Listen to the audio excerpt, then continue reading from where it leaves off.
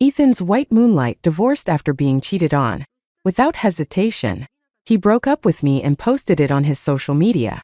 I wished I could go back 8 years and change the fate of Emma, who had married that scumbag. She was the one he had always longed for. Later, both of us were transported back 8 years in time. He altered Emma's fate to prevent her from marrying the scumbag, while I changed my fate of being with him. When I saw Ethan's social media post, I had just finished an 8-hour surgery. On my way back to the office, I collapsed in the hallway from exhaustion. When I woke up, I was in a dim, unfamiliar private room, surrounded by colorful, flashing lights and blaring music. Someone patted my shoulder and teased, "Claire, your drinking tolerance is terrible. Just one drink and you're out." My blurred vision slowly focused, and I realized it was Emma in front of me. She wore a short, wine-red dress and had her slightly curled long hair cascading down. I stared at her radiant and captivating face, remaining silent for a few seconds before stumbling into the bathroom. Looking at the mirror, I saw a fair and delicate face staring back at me. I splashed cold water on my forehead repeatedly, unable to deny the reality. The scars were gone. I had traveled back to 8 years ago, the year I had just started college. Today was my roommate Emma's birthday. I had accidentally drunk a high-proof drink and passed out on the couch for a long time. Groggily emerging from the bathroom, I bumped into someone. Before I could apologize, a familiar, deep voice said near my ear, "Sorry, are you okay?" My fingers instinctively tightened around my phone. I looked up to see the man before me. He was tall and well-built, with sharp, deep features. He wore a loose, plain black t-shirt. It was Ethan. Our gazes met and lingered for a few seconds. I ignored the ambiguous look in his eyes, lowered mine, and calmly replied, "I'm fine," before brushing past him and returning to the couch. I had just taken a sip of bottled water when Ethan entered the room. Emma greeted him with a bright smile, clinging to his arm as she introduced him to us. "This is my brother." The vibrant lights continued to swirl as he stood with one hand in his pocket, glancing down at us with a faint nod.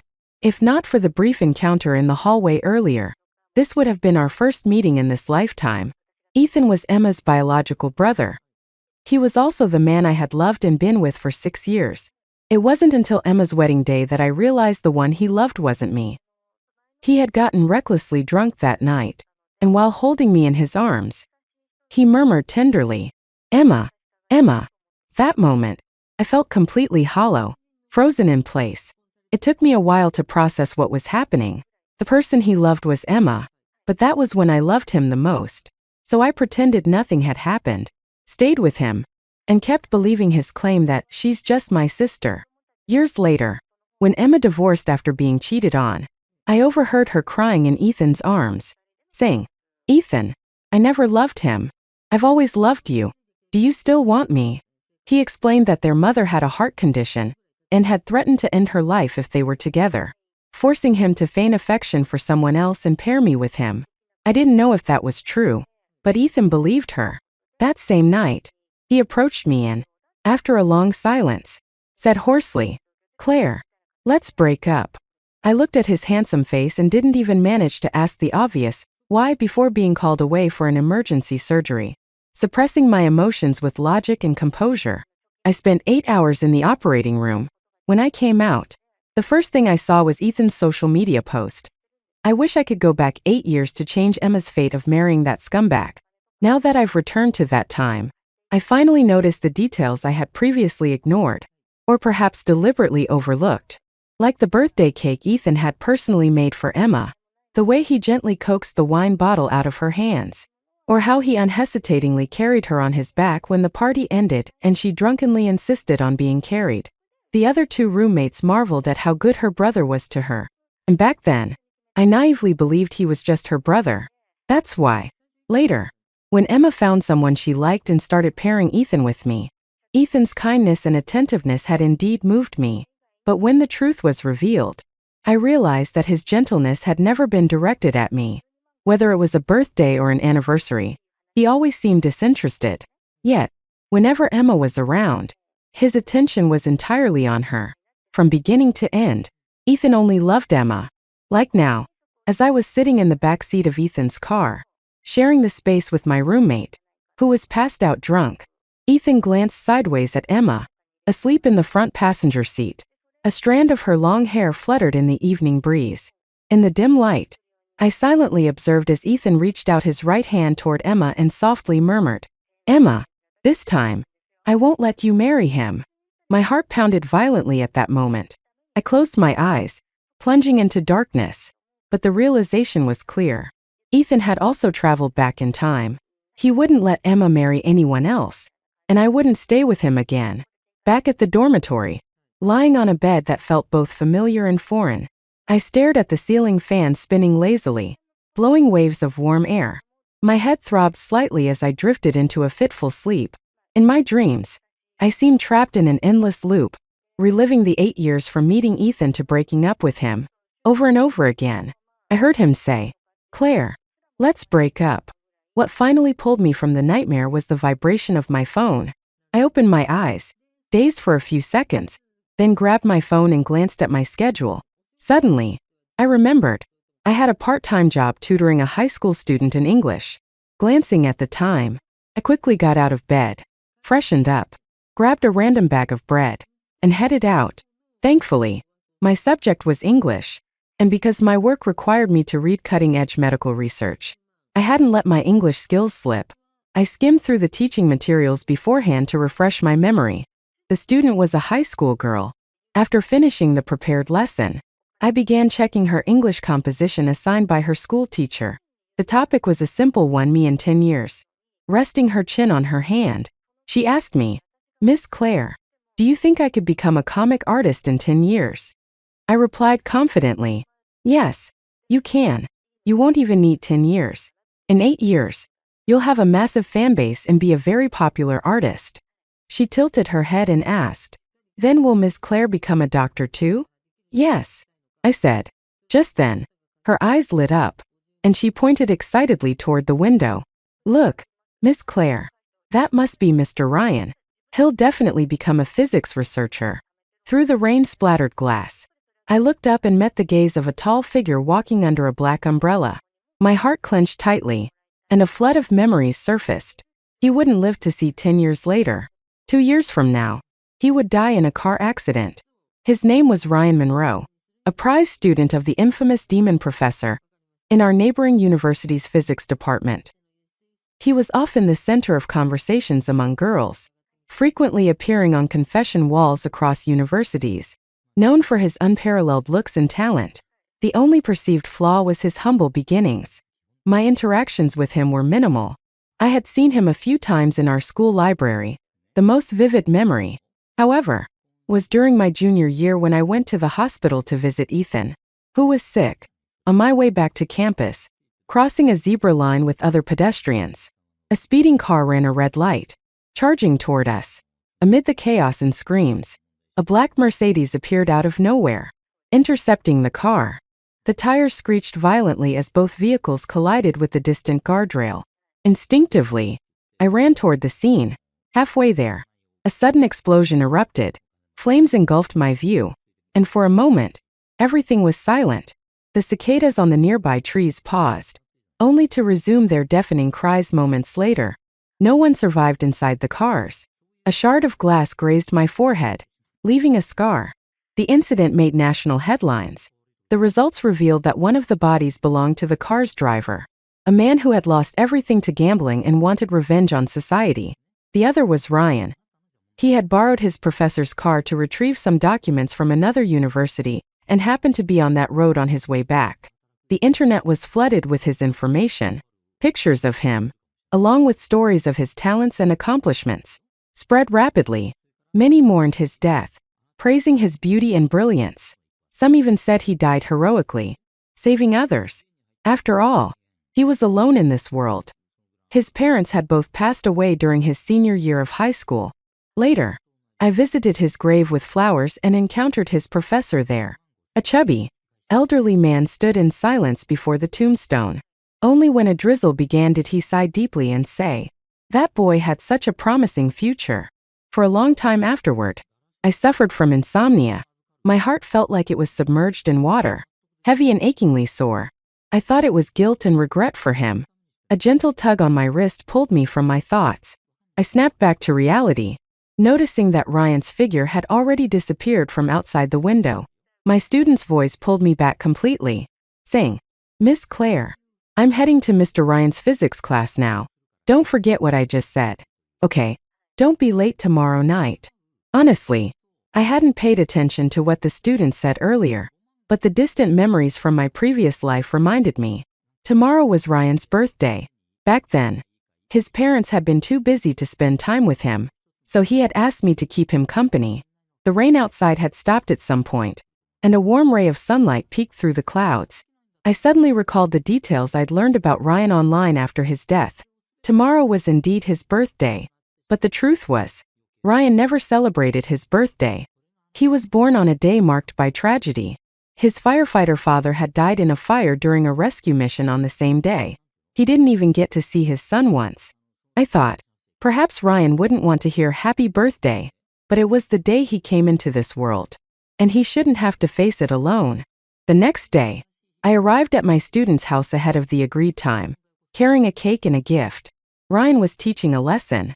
Outside the window, the sun was setting. He was wearing a simple white shirt, holding a test paper while standing at the wooden desk. He lowered his head slightly to review the material, his demeanor elegant and composed. Seeing him like this, I couldn't help but think of a rumor I'd come across in the past, a vague and unverifiable screenshot of a conversation. It was brief, just a few lines of text. Someone asked, "Ryan, do you have someone you like?" He replied, "Yes." "Then why not tell them?" The reply came 3 minutes later. Forget it. Most people didn't believe someone like Ryan, with his exceptional looks and talent, could ever harbor a quiet, unspoken crush. By then, of course, he was already gone. The truth would never be known. If he did have a crush, it was destined to remain buried forever. Whether it was the father he'd never met, his mother who fell ill and passed away, the secret love he never confessed, or the bright future cut short, Ryan's life was full of regrets. A genius like him, from our university's physics department, deserved a better ending. When the lesson ended, the sky outside had darkened completely. My student eagerly grabbed the art supplies I had bought for her, hugging them tightly. If only Mr. Ryan didn't have other plans, we could have had all three of us together. She sighed. I paused for a moment, then looked at Ryan, who was tidying up and preparing to leave. On impulse, I said, "Mr. Ryan, why don't you stay?" Before I could elaborate, the power suddenly went out, plunging the room into pitch-black darkness. I coughed lightly and lied. "We girls are afraid of the dark. Why don't you stay a bit longer?" The room fell silent for a moment. Then, with a small click, a flame ignited. Ryan had lit a lighter, shielding the small flame with his hand. The flickering light accentuated the sharp contours of his face, making his features even more defined. He looked at me and said simply, "All right." Using the lighter, I lit the candles on the cake and placed it in front of them. "Today, we're celebrating the continuation of life," I said seriously, looking at them. "May the rest of your lives be safe and happy." Setting aside my guilt toward Ryan, no one wished more than I did for him to have a peaceful and happy life from now on. The dim room filled with the sweet scent of the cake. Together, we shared it. My student, biting her spoon, ran into the study and returned with her report card, saying excitedly, "Miss Claire, my mom said I improved so much on this exam. She wants to treat you both to dinner to thank you." Looking at the report card, I remembered this happening in my previous life. But back then, Emma had asked me to help her move props for a photo shoot, so I politely declined the dinner invitation. As my thoughts wandered, I glanced at Ryan, sitting quietly in the soft light. Suddenly, I realized something. On that dinner day in my previous life, I was supposed to meet Ryan properly, but I never made it to dinner. On my way, I had saved a child from being hit by a car and ended up in the hospital with a leg injury, unable to attend. To prove I wasn't just flaking on them, I took a photo and sent it to the girl's parents. The picture showed exactly where I was, along with a brief explanation to assure them I wasn't being unreliable. While waiting for the doctor to apply ointment, I casually scrolled through social media and stumbled upon Emma's latest post. It was a series of photos from her photography club's activities. And of course, Ethan was in the frame. As always, he showed up whenever Emma called. I remembered our 4th anniversary vividly. That day, Emma had a fight with her boyfriend, went to a bar, got drunk, and called Ethan, crying, "Ethan, I'm so upset. Can you come keep me company?" That time, Ethan and I had just arrived at a nice restaurant for dinner. We hadn't even ordered when he stood up, ready to leave. I offered to go with him, but he stopped me, saying, "Emma's always been proud. She wouldn't want you to see her like this." I asked, "What about you? Would she want you to see her like that?" "It's different. We grew up together," he replied. Not long after, Emma made up with her boyfriend. At a party, I overheard her jokingly telling him, "You're not the only one who likes me. If you make me angry again, I'll leave you." Ethan, who was nearby, silently drank his wine and said nothing. Deep down, Ethan must have always known. Emma was fully aware of his feelings but pretended not to notice, continuing to enjoy his unwavering devotion while staying with the man she truly loved. As for me, Ethan's simple explanation, "She's my sister, and she's your friend," was enough to silence any protest I might have had. Thankfully, in this new life, I wouldn't let myself become their convenient third wheel again. After getting my wound bandaged, I hobbled out of the hospital. Halfway down the street, it began to rain. The wound couldn't get wet, so I gritted my teeth against the pain and found a sheltered spot to call for a ride. Unfortunately, my phone had run out of battery. The late summer wind carried a slight chill as I resigned myself to waiting for the rain to stop. Just then, Ryan appeared. He came through the rain, holding an umbrella. Without a word, he removed his jacket, tied it around my injured leg, handed me the umbrella, and picked me up in his arms. "The road here is too narrow for a car. Let's find a better spot," he said, leaning against his chest. I could smell a faint mix of bitterness and freshness. His steady heartbeat filled my ears as my gaze drifted from his Adam's apple to his profile. When we finally got into a car, I asked, "Why are you here?" He explained matter-of-factly, "Your student's mother was worried about you. She asked me to check on you since I had a meeting nearby. When I couldn't reach you, I started looking for you." The rain made the car interior feel damp and warm.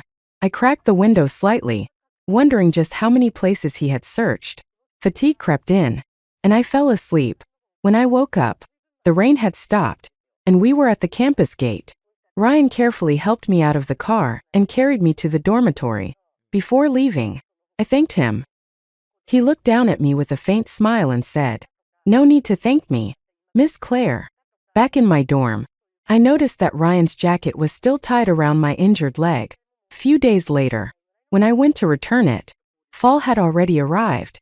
Because of the rain and my need to rest, I hadn't left campus much. It was a sunny weekend when I finally went to find him. I realized I'd been impulsive. I didn't even have his contact information. Searching for him felt like looking for a needle in a haystack. I didn't find Ryan, but I did unexpectedly run into Ethan. I was passing by the basketball court when I heard someone shout, "Call an ambulance." He passed out. My instincts as a doctor kicked in, and I ran over. Pushing through the crowd, a boy was unconscious on the ground. I immediately knelt down, performed CPR, and after about 15 minutes, he regained consciousness. The paramedics arrived shortly after, and as I stood up to leave, I noticed Ethan watching me from across the crowd. He was wearing a red and black jersey, his expression calm, his gaze steady. I picked up Ryan's jacket and turned to leave. Behind me, I heard a boy ask Ethan, "Do you know her?" "No," Ethan replied. I found a nearby cafe to rest and regain my strength. The occasional chime of the wind chime on the door was soothing as I idly played a game on my phone. The bell rang again, and I looked up. Ryan was standing in front of me. At that exact moment, the sound of my game signaling game over played on my phone. I looked at Ryan in surprise and smiled. "What a coincidence to meet you here." The next second, he raised an eyebrow and said, "Not a coincidence. I came to find you." Seeing my puzzled expression, he opened his phone and placed it in front of me. The screen displayed a post on the university's confession page. The image was of me performing CPR on the basketball court, with a caption that read, Within 3 minutes. I want all the information about this woman. The post had been up for less than half an hour, but it already had hundreds of comments. Most people were just there for the excitement, but a few were making thoughtful observations. She seems to know professional first aid techniques, probably from the medical school nearby. Why is she on our campus? The jacket she's holding looks like a men's coat. Could it belong to her boyfriend? Is he from our university? I didn't continue reading, feeling slightly embarrassed. I picked up the jacket beside me and handed it to Ryan. I've washed it already, I said. That night, when I returned to the dorm, my ever-curious roommate immediately shoved her phone in my face. Look at this, she exclaimed. On the confession page was a new post. Case solved. She's Ryan's girlfriend from the physics department. The attached photo was of me handing the jacket back to Ryan at the cafe, with a pink filter that made the interaction look far more intimate than it actually was. As my roommate's gossiping spirit burned bright, I quickly explained the situation to her. After listening to the entire story, she sighed with disappointment but then added, "Well, this has potential. I'll ship it for now." I chuckled helplessly and glanced at Ryan's contact in my phone. His username was simply Ryan, and his profile picture was a plain white origami crane. After some thought, I renamed him as Mr. Ryan in my contacts.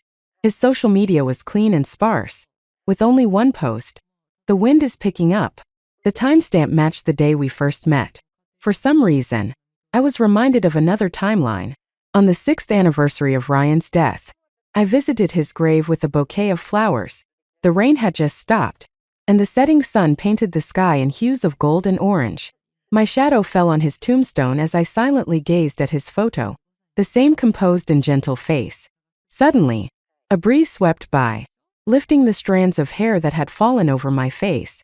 The leaves rustled in the wind, sounding like the opening chapter of a new story.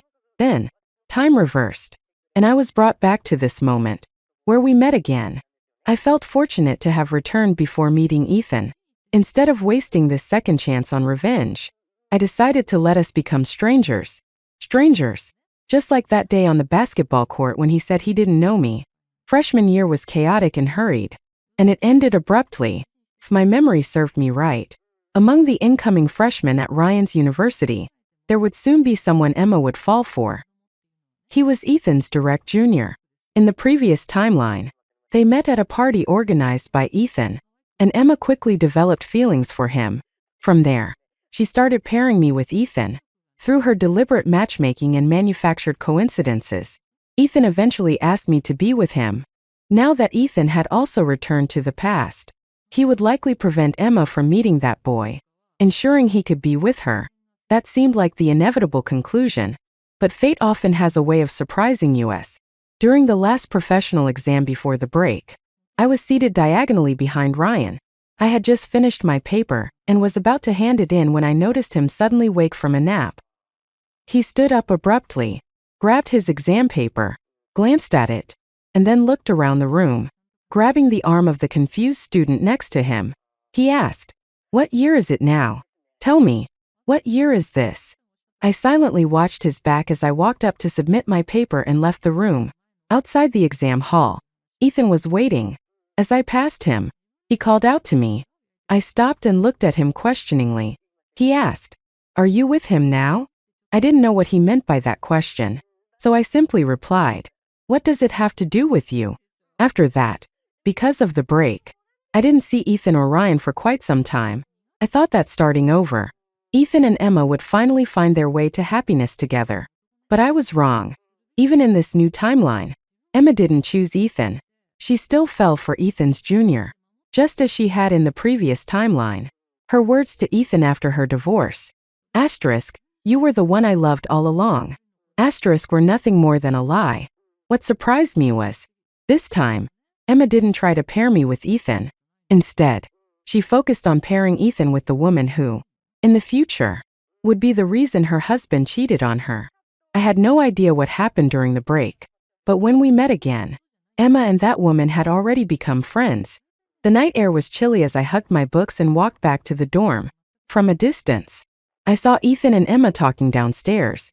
Without pausing, I passed by them, Their conversation drifted into my ears as I walked away. Emma, I'll say it again. He's no good. You're too naive. If you don't stay away from him, you'll end up being hurt. Emma's coy voice responded, Ethan, trust me. You don't understand him. He's really a great guy. Just try being with him for a while. Okay, please. 2 months later, Emma officially announced her new relationship.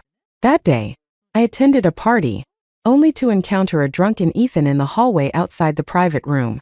On my way back from the restroom, he suddenly pulled me into his arms. The overpowering smell of alcohol engulfed me. I struggled, but the more I resisted, the tighter his grip became. His low, hoarse voice murmured in my ear, Emma, why are you with him? He'll hurt you in the future. You must have been forced into this. I know you like me. I know the one you love is me. When my struggles failed, I raised my leg, ready to kick his shin. But just as I was about to, the hand pressing against my back abruptly let go. The next moment, Ethan was forcefully yanked away. His wrist seized, and he was thrown to the ground. I nearly fell due to the sudden release, but a strong arm caught me around my waist, steadying me. It was Ryan. He happened to be here for his group celebratory dinner and had come outside for some air, accidentally stumbling upon this scene. Ethan, clearly sobering up after the impact, leaned against the wall, his expression a mix of embarrassment and anger. He sneered at me. Claire, every word you say is a waste of time. Ignoring him, I grabbed Ryan's arm and was about to leave when Ethan's voice rang out again, laced with sarcasm. Aren't you proud of yourself, Claire? I know you've always liked me. Seeing that I didn't end up with Emma must make you happy, right? But even if you're with him now, so what? He's just a dead man walking. He's going to die anyway. Ethan's words made it clear that he was confusing events and emotions from both timelines.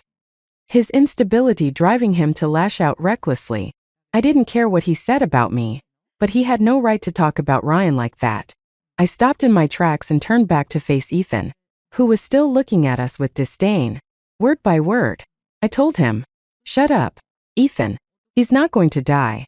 Because I'm here now. I'm going to change his fate. Even though I couldn't go back to the moment when his father sacrificed himself to save others, or the time before his mother's illness took her life, I had returned to this moment. I could save him now. As we stepped out of the hotel, the sound of car horns echoed in the distance. Only then did I realize I was still holding Ryan's hand. His palm felt warm and slightly damp. I paused for a moment before quickly letting go and hiding my hand behind my back, clenching it into a fist to conceal my embarrassment. Sorry. And, thank you, I said, trying to compose myself. Ryan's hand, which had been resting at his side, clenched into a loose fist. Looking down slightly, he asked what he said earlier. My heart skipped a beat, and I interrupted him hastily. He was drunk and spouting nonsense. Don't believe a word of it. Ryan, you'll have a bright future ahead of you. You still have so much time left. We stood in silence for a few moments before Ryan suddenly smiled, his demeanor relaxing. And you? You'll definitely become an excellent doctor in the future. Right. I smiled back at him, bright and determined. As long as I'm alive, I'll do everything I can to save lives. Emma didn't succeed in pairing Ethan with that woman, but the woman still developed feelings for Ethan and began to cling to him. In a way, Emma's goal was achieved because that woman wouldn't have the chance to ruin her future marriage now. What Emma didn't anticipate was that Ethan had also traveled back in time. He stubbornly clung to the words she had once said to him in the past, a lie that had become like an oxygen mask for him, allowing him to sustain his misguided love. But it was Emma herself who would ultimately shatter that illusion. At a party I didn't attend, as my roommates later described with complicated expressions, Emma got drunk and slapped that woman. No one could hold her back as she screamed, "You shameless homewrecker." Her boyfriend tried to stop her, but the more he did, the more erratic Emma became. What struck me as odd was how Ethan, her brother, remained calm throughout the ordeal. He stood to the side, silently watching as Emma spiraled out of control in her drunken tantrum.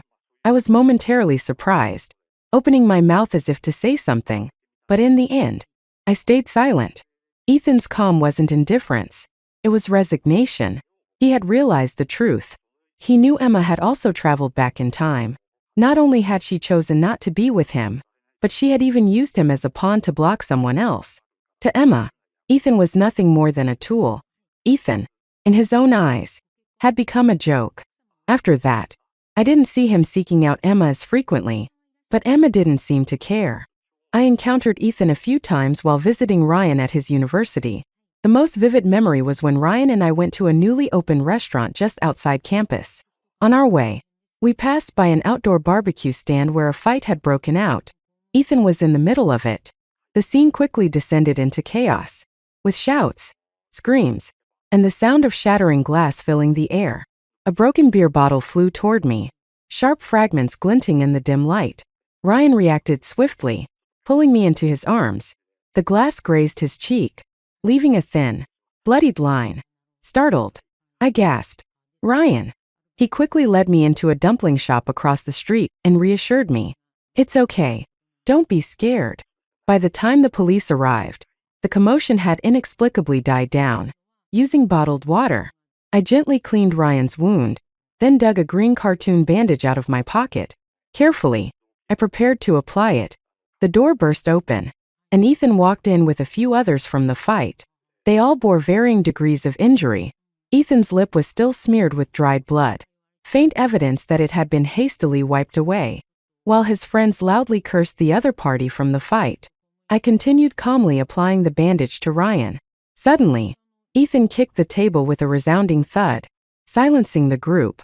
The next day, while walking through campus in light snow, Ethan stopped me. His face was bruised, and his gaze carried a mix of emotions. "Claire," he began, "it won't work out between you two. Take my advice. Don't fall for him." My expression turned cold. Without pausing, I threw back, "I'm not a psychiatrist. Don't come to me." As I walked away, his voice followed, carrying an air of nonchalance but also bitterness. "Claire, the person you're supposed to love is me." Reflecting on it now, my life had been smooth and uneventful, except for the detour of meeting Ethan and Emma, which wasted 6 years of my life. Ryan, however, was someone I owed a life to. When I first traveled back in time, I thought my purpose was to change my fate of being with Ethan. But as time passed, I realized that wasn't the case.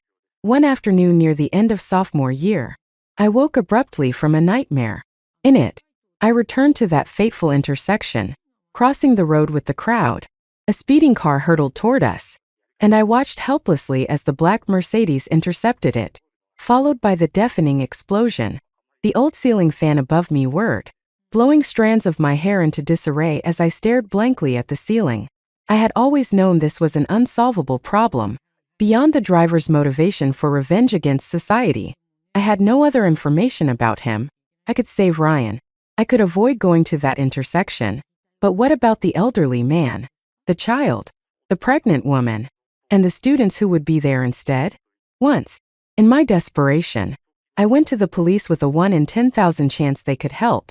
Their response was curt. "Mississippi, have you been watching too many sci-fi movies? Our investigations are based on science, not mysticism." By early June, the college entrance exams were underway, marking the end of both Ryan's and my tutoring jobs. By then, I had known him for nearly 2 years. Yet, he never mentioned any special girl, and I could almost confirm that the screenshot of the so-called secret crush was fake. I had often wondered about the type of girl Ryan might like. Perhaps she'd be beautiful, or intelligent, or as extraordinary as he was. But whatever she was like, she would undoubtedly be someone special. That night, the students' parents invited us to dinner again to express their gratitude. By the time we finished, it was already dark. Ryan and I walked together down a moonlit alley. Perhaps it was because we knew this was where our paths would part. Or maybe it was just the melancholic nature of the night that brought out hidden thoughts. As we passed under a dim street lamp, I broke the silence, pretending to ask casually, "Ryan, do you have someone you like?" He stayed silent for a long moment before answering with another question. "Why do you ask?" I replied, "If you ever have someone you like, make sure to tell them. Don't keep it to yourself and let them remain unaware. If you say it out loud, you might have a chance." As petals drifted in the breeze, we paused at the intersection. Ryan suddenly turned to me and said sincerely, "Claire, thank you," thinking he was thanking me for the advice. I didn't dwell on it and continued living my days as usual. Then came the day before Ryan's sacrifice in the previous timeline. His professor had asked him to drive the next day to pick up some documents. When I learned about it, I asked if he could go in the afternoon instead. I told him a friend had given me 2 movie tickets and asked him to go with me in the morning. He agreed. The movie I chose was random, coincidentally about time travel. It told the story of a woman who went back in time to mend the regrets of a man she loved, only to realize that their shared love was just a dream. But I didn't see how it ended. Halfway through, I turned to Ryan, who was intently watching the film, and told him I needed to use the restroom. Calmly, I left the theater as if it were any other day. Outside, I got into the car I'd rented and drove to the intersection. On the way there, it hit me. Our meeting had always been a prelude to parting. "Ryan," I thought, "this time, it's your turn to see the future." When I arrived at the intersection, I saw the familiar crowd waiting to cross the street. I waited for the car to appear. Suddenly, an explosion rang out nearby, making my heart jolt violently. My mind went blank for a moment, and I quickly got out of the car, calling Ryan as I ran toward the burning wreckage. The phone kept ringing, but no one answered. I stood before the flames and debris, my vision blurred by tears. A wave of dizziness swept over me, and the last thing I remembered was that I still hadn't been able to save him. When I woke up, I was in a hospital room. The air was filled with the familiar scent of disinfectant. Beside my bed were my phone and a white lab coat. A nurse I recognized explained that I had fainted and been asleep for 20 minutes. She told me it was 6 years later. I stared at the curtain swaying gently in the breeze, momentarily unable to tell if I dreamed of the past or if this was reality. It wasn't until I went to the restroom, splashed cold water on my face, and looked at my reflection, seeing that the scar on my forehead was gone, that I knew for certain I had truly traveled back. My hands trembling, I picked up my phone and quickly searched for news about the accident. All I found was a short, obscure record in an old article. There was no headline, no trending topic, no mention of Ryan. His name, his story, his gravestone, everything was gone. I asked countless people if they remembered the accident from 6 years ago, the one that had saved so many lives and had once been a hot topic online. The responses were always the same. "Claire, are you sure you're not misremembering? There was an accident, but it didn't make the news." I don't know. 6 years ago was too long ago. Ryan had no family left. His former classmates had scattered across the country.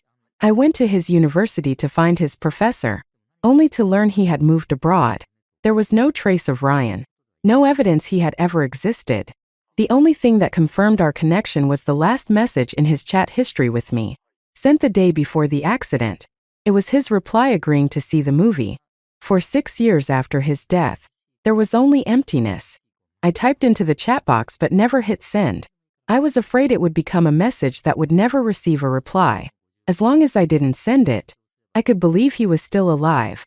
I developed a habit of taking walks around his university whenever I had free time, often ending up by the lake we used to visit. His old lab was nearby, on the first floor. Through the clear glass windows, I seemed to see a slender figure in a white lab coat at the lab bench, bent over and focused, jotting down numbers on a piece of paper. But in the next second, the image disappeared. Ethan came to find me the day after I returned to the past. He said, "Let's not break up. It was just a moment of impulsiveness. Please, give me another chance." Faced with his humble and pleading demeanor, I paused my pen, mid-sentence in my patient notes, and calmly looked up at him. "Ethan, were we ever together?" The color drained from his face in an instant. The truth was, he had no evidence to prove that we had ever been together. After traveling back in time, it wasn't just the news of Ryan's sacrifice that disappeared. My 6-year relationship with Ethan was erased as well. Fate had brought all 4 of us back to 8 years ago. Ethan wanted to change Emma's fate of marrying a scumbag and be with her, so he personally altered the course of our relationship. While he eventually realized that he was just being used as a tool, the result remained. There was no longer any connection between him and me. Afterward, Ethan became desperate, searching for any shred of evidence to prove we had once been together. But his efforts were in vain. On his phone, there were no photos of us, no chat history. None of our mutual friends recognized each other anymore. Surveillance footage from places we used to frequent didn't show me. As time passed, my coworkers, who initially gossiped about the handsome man pursuing me, eventually sighed. What a shame. He must have some mental issues. I smiled and gently suggested to Ethan when he appeared yet again. Go left out the door to the psychiatry department. You should get checked out. Since I adamantly refused to acknowledge our past relationship, the only person who knew about it was Emma. After traveling back, she was once again cheated on. Even though Ethan had prevented the future affair between her and the woman who would ruin her marriage. A person destined to cheat will always find a way. During the time Ethan was entangled with me, both Emma and that woman were clinging to him as well. Emma tried desperately to appeal to Ethan, telling him how much she loved him, how helpless she had been. Initially, Ethan remained indifferent, then grew increasingly impatient. One day, after Ethan refused to meet her, Emma came to me and caused a scene. I silently watched her tantrum, then calmly called security to escort her out. Go left out the door to the psychiatry department. I told her, you should get checked out too. My coworkers sighed again. They really are from the same family. Both seem to have a few screws loose. After some peace, I encountered Ethan and Emma again a month later. I was at the lab to pick up some documents from a colleague when I saw Ethan furiously throwing papers at 3 people across the room. I didn't pay it much attention and turned to leave. Later, I learned from my coworker what had happened. Ethan had overheard a heated argument between Emma and her mother, during which her mother revealed that they had a blood relationship. A DNA test confirmed it. Ethan and Emma were half-siblings, sharing the same father. Their birth dates were only 3 months apart, meaning Ethan's father had cheated while his mother was pregnant. The lie Emma once told Ethan, about their mother threatening to end her life if they were together, had come full circle and turned out to be true. By mid-May, I was invited to give a lecture on first aid at a university. The auditorium was packed, and the lecture ended successfully. As I packed up my materials, I noticed a familiar silhouette in the dispersing crowd. But before I could get a clear look, the figure disappeared. The sky had darkened, and a light rain began to fall as I reached the auditorium doors. After a moment's hesitation, I used my folder to shield my head and prepared to dash into the rain. Suddenly, a black umbrella appeared over me. A familiar, faintly bitter yet comforting scent reached me as water droplets slid off the slanted edge of the umbrella. My heart skipped a beat. I froze, my hand still holding the folder above my head, and slowly turned around. There he was, Ryan, whom I hadn't seen in 6 years. He looked just as he had back then, his face calm and cold, his sharp features illuminated by the soft glow of the streetlights. After the explosion, Ryan had been taken abroad by his professor for medical treatment. He had been in a coma for nearly 2 years. After waking up, he stayed overseas for continued recovery and pursued his studies, eventually joining a research institute. Now, he had returned to teach as a professor in the physics department at this university. He summarized those 6 years in just a few simple sentences. I blinked. Countless words I wanted to say condensing into just 2. That's great. He was alive. It was great to know that Ryan, once Mr. Ryan to me, now Professor Ryan, was still here. What hadn't changed was his popularity among women. It was said that his lectures were always so packed that some students had to stand to listen. Out of curiosity, I thought about sneaking into one of his lectures during my free time. Unfortunately, on the day I chose, his class had been switched with another professor's. I didn't know until it was too late. Sitting in an interior corner by the window, I realized trying to leave would only draw attention to myself, as standing up would disrupt a large section of the students around me. I hesitated for half the lecture before texting Ryan. I wanted to attend your class, but it seems I entered the wrong one. What should I do now? Just as I sent the message, the professor unexpectedly called on me to answer a question. I stared at the geology problem on the board, clueless. Taking a deep breath, I was about to apologize and admit I'd walked into the wrong class when a soft beep behind me gave me the answer.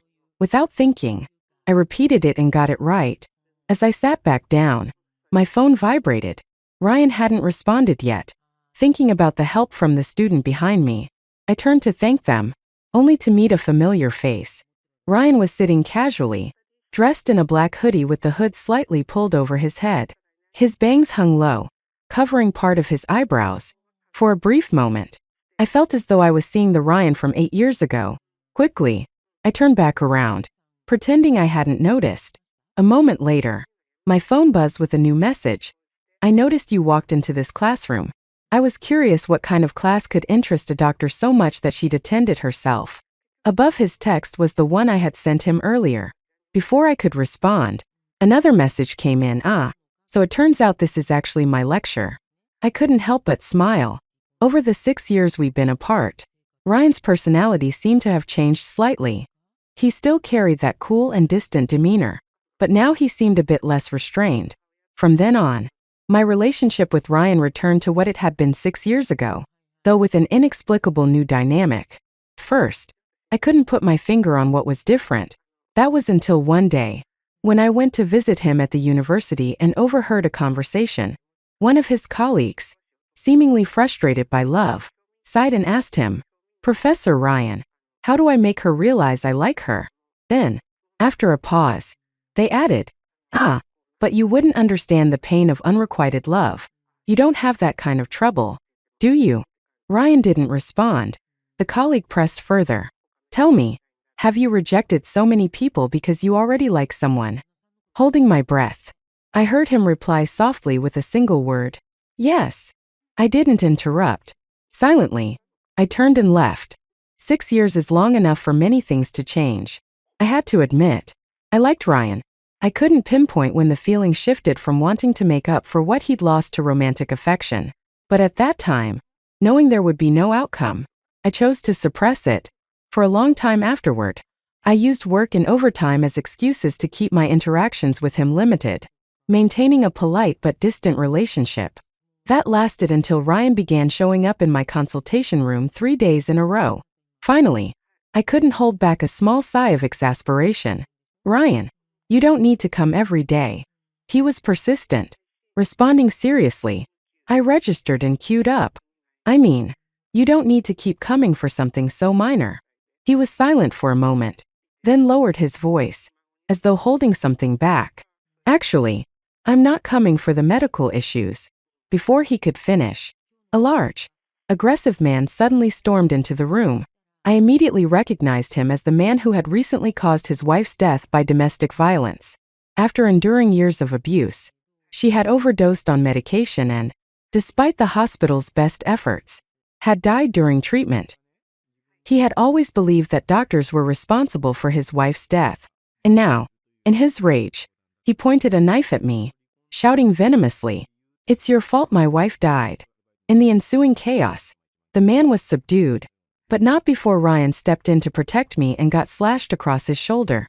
The wound required 10 stitches. I stood by his hospital bed, staring at his pale face. A sharp ache rose in my chest, and my voice came out hoarse, trembling slightly. "I'm sorry." Whether it was in the past or now, Ryan always seemed to get hurt because of me. After he spent 2 weeks in the hospital, I drove him home. On the way, I gently suggested, "Should I hire a housekeeper for you? It might help avoid misunderstandings." He was typing on his phone with one hand but paused mid-message, raising his head to ask, "What misunderstandings?" The car fell silent. A soft breeze blew in through the slightly open window, ruffling the hair on his forehead, and ripples spread through the calm lake of my heart. My fingers tightened on the steering wheel as I kept my eyes fixed on the road ahead, choosing not to answer. In the end, he refused to let a stranger into his home to take care of him, so I took on the responsibility. Not that Ryan needed much help. Each morning before work, I'd prepare lunch for him and have breakfast with him before heading out. In the evenings, we'd eat dinner together. Over time, a strange feeling began to creep into my heart. One evening, I couldn't decline an invitation to a coworker's birthday party. Beforehand, I called Ryan to let him know I'd be home late. On the way back, my car broke down, and a male coworker who lived nearby offered me a ride to my building. As soon as I opened the door, a strong, sour smell hit me. At the dining table, Ryan was poking at his food with a calm expression. What are you eating? I asked. He looked up, his tone nonchalant. Can't you tell? I'm eating vinegar. I walked over to the table and glanced down at his plate. He had ordered dumplings, and the small dish in front of him was filled to the brim with vinegar. Shaking my head, I boiled some noodles for him, opened a window to air out the room, and gently reminded him, don't eat like that again. The smell of vinegar is overwhelming. He lowered his gaze and silently ate the noodles, not saying a word. The next day, one of Ryan's colleagues came to visit him, a coworker who had once asked him if he had someone he liked. Seeing this person stirred up emotions I had tried to bury. Ryan had someone he liked. I didn't know what the colleague said to him, but his mood seemed to shift subtly afterward. I felt a pang of frustration at myself for paying too much attention to him. That evening, over dinner, I told him, your wound is healing nicely. It should be fully recovered soon. He glanced at me, nodded, and softly said, After we ate, I quietly went to the bathroom to prepare a warm bath for him, reminding him not to let the water touch his stitches. But as I was leaving, I slipped, and before I could fall, he caught me and pulled me into his arms. The rapid thudding of our hearts filled the steamy room, and for a moment, I couldn't tell whose heartbeat was louder. When I tried to steady myself and pull away, his arms tightened around my waist, holding me firmly in place. The mist in the bathroom swirled around us, and every point of contact between us felt like it was igniting with heat. He looked down at me, his expression different from usual. His eyes held a turbulent intensity, and his voice was deep and raspy. Claire, he said, I need to admit something. What is it? I whispered. He hesitated for a second before continuing. I have feelings for you. My mind was a chaotic mess. My rationality burned to ashes by the heat in the air. Instinctively, I blurted out, but you already said you like someone. Before I could finish, he leaned closer, turning me toward the bathroom mirror. With one hand, he wrote a single word in the fogged glass. Yes. Not long after we started dating, I finally asked a question that had been buried in my heart for a long time. Why didn't you contact me during the 6 years you were abroad? He was sitting on the couch, reading a physics journal. At my question, he pulled me into his arms. The faint, bitter scent that was uniquely his enveloped me as his deep voice answered. I was scared. Before I could say anything, he continued, holding me tighter. I was afraid of becoming disabled, of not being good enough for you, afraid that if I reached out, I'd want more. And most of all, I was afraid you'd already fallen for someone else. His words stirred a bittersweet ache in my chest, and the corners of my eyes burned with unshed tears. I hugged him tightly, overwhelmed with emotion, and said, Ryan, you're amazing. To have made it through so much and still stand here in front of me. There was a moment of silence before his hand moved down along my waist. He chuckled softly, his voice low and teasing. Dr. Claire, I can be even more amazing. Want to see for yourself? The tender atmosphere shattered instantly. Later, Ryan seemed determined to prove his point, repeatedly and thoroughly demonstrating his capabilities. He would even pause halfway and ask me, Am I amazing? I never answered, and he never stopped asking. The first time Ryan took me to visit his parents was 6 months into our relationship. Standing before the gravestone, I was taken aback to see the face of the woman etched into it.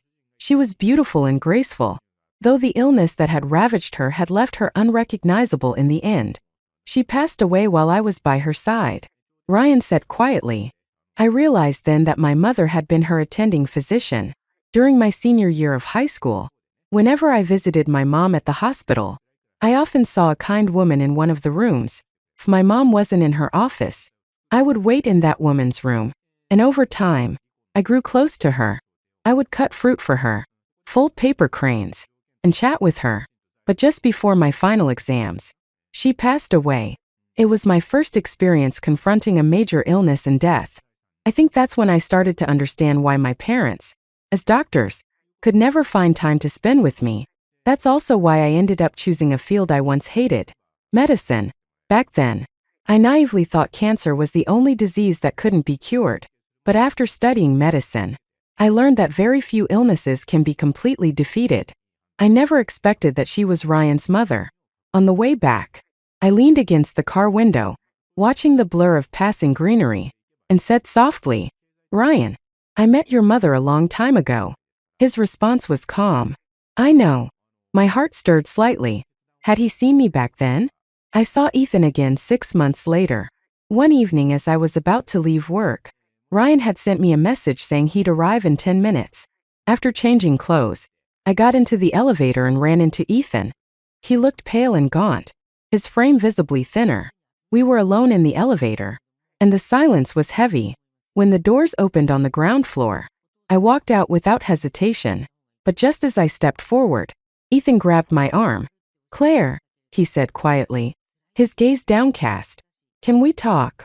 Frowning, I shook off his grip and replied coldly, "Ethan, stop wasting both our time." He seemed to have anticipated my response. With a self-deprecating smile, he said, "You probably won't believe me, but on another path of fate, we were together for 6 years. I didn't bother to respond, turning and walking away. Behind me, his voice dropped even lower. "I'm sorry I wasn't good to you. That's why I lost you." My steps faltered briefly but quickly regained their pace. Outside the hospital, Ryan was waiting for me by the flower beds. The warm hues of the setting sun cast a golden glow over him. For some reason, I thought back to when the students' parents invited us to dinner for the second time. I had arrived early to thank them for their concern when I was injured. The parent had looked puzzled and said, "I never asked Ryan to check on you. I only casually mentioned why you weren't there." Later, Ryan had said he needed to leave for something at school. So that's how it was. My thoughts were interrupted when Ryan took my hand, gently brushing back a strand of my hair that had been tousled by the evening breeze. He tucked it behind my ear.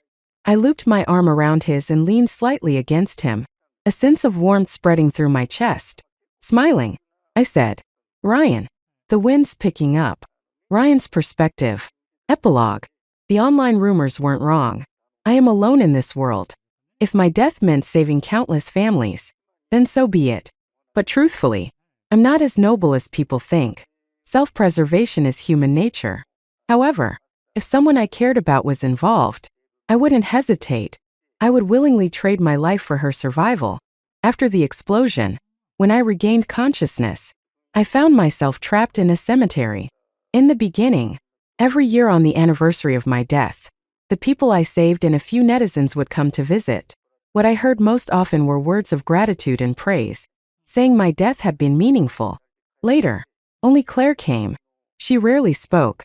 Most of the time, she would place flowers in front of my gravestone, clean up the surrounding area, and then sit quietly for a while. The first words I heard her say were on the 4th anniversary of my death. By then, no one else came to visit. In the misty rain, she stood before my gravestone. Her head bowed as she looked at my photograph. Her voice carried a solemn promise. "Ryan, don't worry. I won't forget you." It was the first time she called me by my name. I never thought meeting her would be tied to my death, but if I had to do it all over again, I would make the same choice. So, when I unexpectedly returned to 8 years ago, 6 years after my death, I made peace with my decision once more.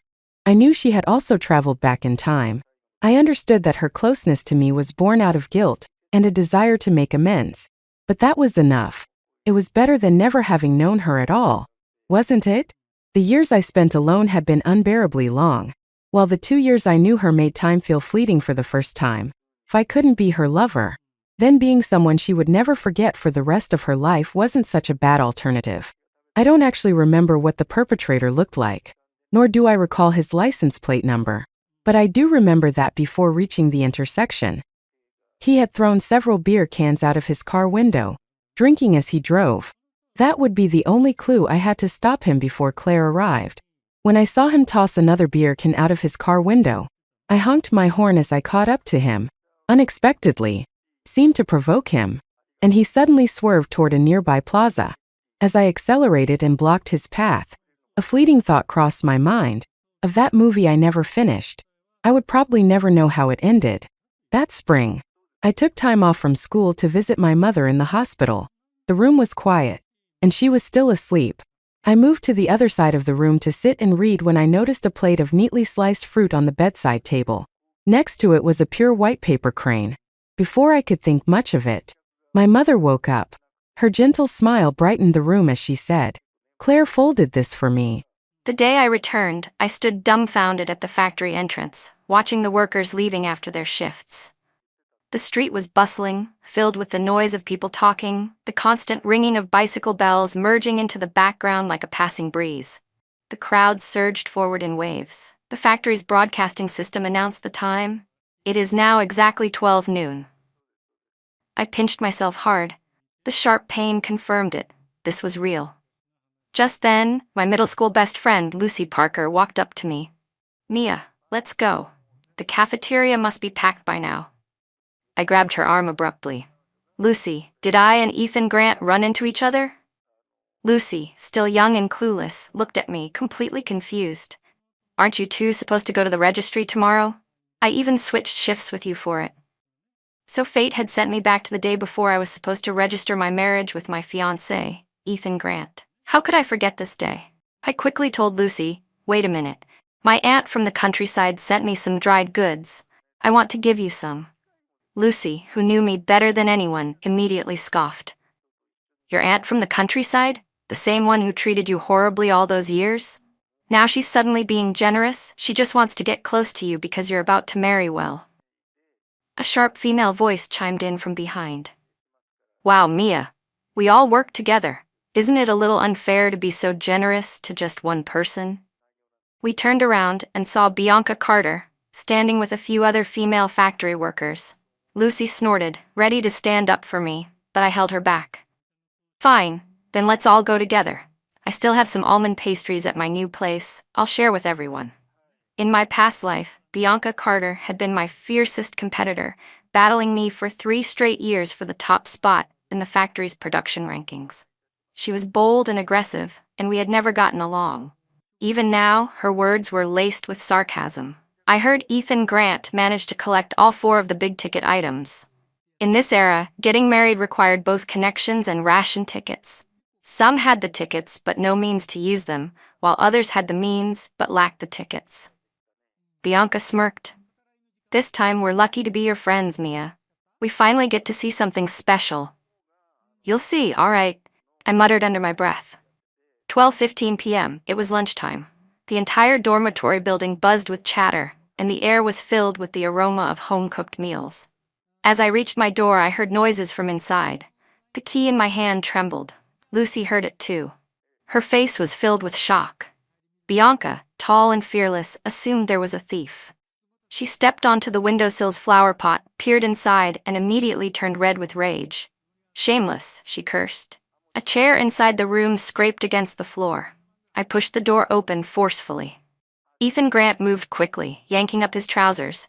His vest had been pulled open, his hair was messy, and his eyes darted around nervously. And then there was Victoria Reed. Her blouse was undone, exposing smooth, pale skin covered in distinct red marks. The room was small. Everything that should be seen and shouldn't be seen was now in full view. I had mentally prepared myself for this moment, but even so, my legs gave out, and I had to lean against the door.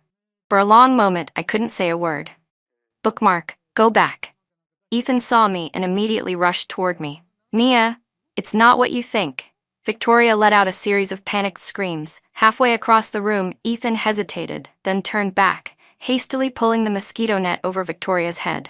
Lucy grabbed the hot water kettle from the corner, twisted off the lid, and lunged toward them. "You shameless bastards." Inside the room, curses and screams intertwined. The female workers who had followed us covered their faces and ran as far as they could. Bianca, furious, shouted, "Go call security. Mia's new home has been robbed by a pair of thieves." When the factory's security department heard that I was involved, both the security captain and the deputy factory manager rushed over. And what they saw was this scene. Lucy, still fuming, demanded, "Arrest them. Aren't they thieves? If stealing someone's dignity isn't theft, then what is?" The deputy factory manager's face darkened as he shouted, "What business does an unmarried young woman have getting involved in this mess?" Unexpectedly, Bianca Carter pointed a finger at Ethan Grant like it was a burning poker. "Manager, you're not just going to let this go just because Ethan was transferred here from the capital, right? This is Mia Parker's new home. They... They're supposed to get their marriage license tomorrow. Their wedding is set for Independence Day. Everyone turned to look at me, my face drained of color, and then at Ethan, who remained silent. He clenched his fists, his eyes burning with rage, and looked straight at me. I shook my head, my throat tightening. I don't want the marriage, and I don't want this house either. With that, I turned to leave. Ethan immediately grabbed my wrist. From an outsider's perspective, it might have seemed like he was apologizing, trying to hold me back. But his voice in my ear was firm and commanding. Mia, don't be petty. The marriage doesn't matter, but you need to help me smooth this over. Otherwise, how is Victoria supposed to face people after this? I widened my eyes. He had always looked down on me, but now he couldn't even be bothered to offer a half-hearted apology. All he cared about was his precious Victoria Reed and how she would survive this scandal. But didn't I return precisely to make this situation as messy as possible?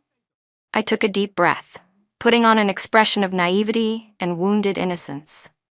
So, you want me to help you cover this up? Let me guess, you made a mistake, and she's holding it over your head, forcing you to sacrifice yourself to protect her? Did he really think I would be as weak and submissive as I was in my past life, covering up for her, keeping the peace? No, this time, I would make him choose. Would he pick himself, or his precious white moonlight? Ethan looked at me in shock. The room fell into an awkward silence as everyone exchanged glances. The deputy factory manager shot Ethan a subtle warning look. Ethan, think carefully before you speak. If there's more to this, we might be able to lessen the consequences for you. Victoria, still wrapped in the blanket, sobbed desperately. Ethan, save me. Ethan's eyes burned with resentment as he hesitated. After a long moment, he gritted his teeth and finally squeezed out. I was drunk. I don't know how I ended up in bed. Believe it or don't, doesn't matter. The entire room was stunned into silence. Even Victoria, Bianca, who had always been fair and upright, exploded. Manager, be reasonable, will you? What? Ethan suddenly forgot how to walk. She then pointed to Victoria, trembling under the covers. And her? What, she got bitten by a beast? Couldn't she have screamed for help? Victoria's long hair covered most of her pale face, but her swollen lips were clearly visible. Ethan's eyes were filled with guilt and pain, but for now his priority was clearing himself first. He had no choice but to look away and grip my hand, putting on a show of sincerity. Mia, you have to believe me. I was drunk. I really don't know what happened. But the deep hatred in his eyes was as clear as day. I seized the moment, raising my voice in an emotional outburst. Ethan Grant, can you at least act with a little dignity? No one here is blind, and no one is an idiot. No matter how much she forced you, if you weren't willing, how did she even get inside my new home? How did she end up in my bed? Ethan's panic flashed across his face as he was met with the knowing, judgmental stares of everyone present. That's right. I wasn't just tearing down Victoria. I was dragging him down with her. In my past life, I had covered for him. And after we got married, he threw every bit of blame onto me. If it wasn't cold indifference, it was sharp, humiliating words in front of others. If he wasn't staying out all night, he was deliberately leaving clues at home, letting me find out that he was still involved with Victoria. Not this time. I refused to endure it. I let out a sob, pretending I could no longer hold back my grief. Ethan? Stop lying to me. Lucy Parker, seething with rage, grabbed a broom and hurled it at Ethan. Let go of Mia, you bastard. Bianca, for once, was unexpectedly protective, stepping in front of me and pulling me away. Ethan Grant, you're sleeping with another woman before your wedding and in your fiancé's new home, no less. Security might not be able to do much to you, but my brother works at the police station. Let's see what he has to say about this. The deputy factory manager hesitated, but ultimately, he had no choice. Take them away, he ordered security. And under the watchful eyes of the entire crowd, Ethan and Victoria were led away. Victoria clung to Ethan like a moth drawn to a flame. Ethan, didn't you always resent your father for forcing this engagement with Mia Parker just to repay an old war debt? Why do you have to be a tool for your parents' guilt? We are the ones who truly love each other. Why should we be the ones humiliated by everyone? She sobbed against his chest, delicate and pitiful, clinging to him like vines wrapping around a sturdy tree. I don't blame you for wanting to protect yourself, But I don't want to see you deceived by Mia. She married you with ulterior motives. If she really cared about you, why would she bring so many people here to corner us?" For a moment, the entire room fell into an awkward silence. Expressions varied among the onlookers. Ethan held Victoria in his arms, but his furious gaze was locked on me, as if he had just realized something. My head spun with anger, and I nearly tripped over my words. "So not only are you shameless, but now I'm the one who's at fault?" The deputy factory manager, secretly cursing at the situation, sighed and attempted to mediate. "Ethan, everyone's watching. This is really getting out of hand." Ethan's face, once filled with anger, suddenly shifted into a look of courage and determination. He met my gaze, speaking each word with deliberate clarity. "No one's leaving." The deputy factory manager frowned. "What do you mean, no one's leaving?" Ethan, whether in an act of defiance against his father's wishes or out of a desperate grasp for his pride, had finally made his choice. The scale in his heart tipped completely toward Victoria. "I mean, Victoria is staying," he declared. "This apartment was mine to begin with. I'm not giving it up, and the wedding is still happening. I'm marrying Victoria." The entire room fell into stunned silence. I narrowed my eyes, catching a glimpse of Victoria at just the right angle, her lips curled into a triumphant smirk, laced with mockery. This wasn't the same fragile, helpless woman from my past life. This time, her eyes held a complicated mixture of satisfaction and deep-seated hatred. Lucy grabbed my arm and said firmly, "Mia, come with me. Let's go to my place and clear your head." She was seething. "Those shameless bastards, how dare they turn this around on you?" The emotions in my heart swirled in chaos, rage, satisfaction at finally cutting ties with Ethan, and the fresh memory of witnessing that disgusting betrayal. My mind felt like a tangled mess, forcing me to slowly piece together my fragmented past. In my previous life, my parents had died early, and I was sent to live with my uncle's family. My uncle and aunt spent every penny of my father's pension, then treated me like a burden, subjecting me to constant beatings and scolding, using me as free labor in their household. Then, Ethan's father, Mr. Grant, returned home in glory. Remembering how my father had once saved his life during a mission, he searched for me, the orphaned daughter of his old comrade. Out of gratitude, he not only brought me to the city for schooling, but also arranged for me to work at a state-owned factory after my graduation. With that, I gained both a stable career and an urban residency permit, all thanks to his kindness. So when Mr. Grant wanted me to marry Ethan, I didn't refuse. It wasn't just about repaying a debt, it was because Ethan was handsome, well-educated, and seemed like someone worth admiring. I looked up to him, loved him. After our engagement, I worked hard to keep up with him, learning new things, trying to share common interests, striving to be the perfect match for him. But he always responded with indifference. When I spoke, he would cut me off with a cold remark or a dismissive smile, as if my efforts meant nothing. Then, on the day before our wedding, I returned to the apartment to pick up something, only to hear laughter and whispers coming from inside. Ethan and Victoria. Their voices twined together in intimate conversation. My mind went blank. Ethan had betrayed me. I should have screamed, exposed him, let everyone see the truth. But what about Mr. Grant? What about the Grant family's reputation?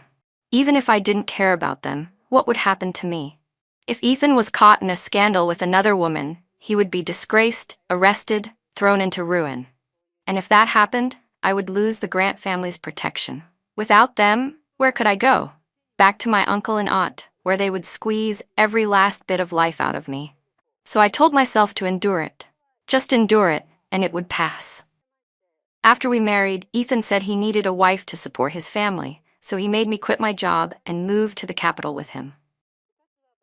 He then arranged for Victoria to take my old position at the factory. When I gave birth and was hospitalized, he brought Victoria into our home, letting her settle into my place as if she belonged there. Even though they lived in separate cities, Ethan always found time to visit Victoria, spending his vacations in her arms instead of with his own wife. And in the end, I was sent to a nursing home, abandoned, forgotten. Then one day, on my phone screen, I saw a video of my children hosting a belated wedding ceremony for Ethan and Victoria. In the footage, the two of them, now elderly, their hair white as snow, stood together, kissing in front of an applauding crowd. After all, once Mr. Grant passed away, Ethan could have divorced me and married Victoria openly. So why did he take my children too? Why did he let my own sons and daughters kneel before her, calling a woman with no status their mother? I endured for a lifetime, and this was my ending. At the nursing home, I lost all will to live. One night, I drifted into sleep and never woke up again. You're bleeding. Your nails dug into your skin. Lucy grabbed my hand.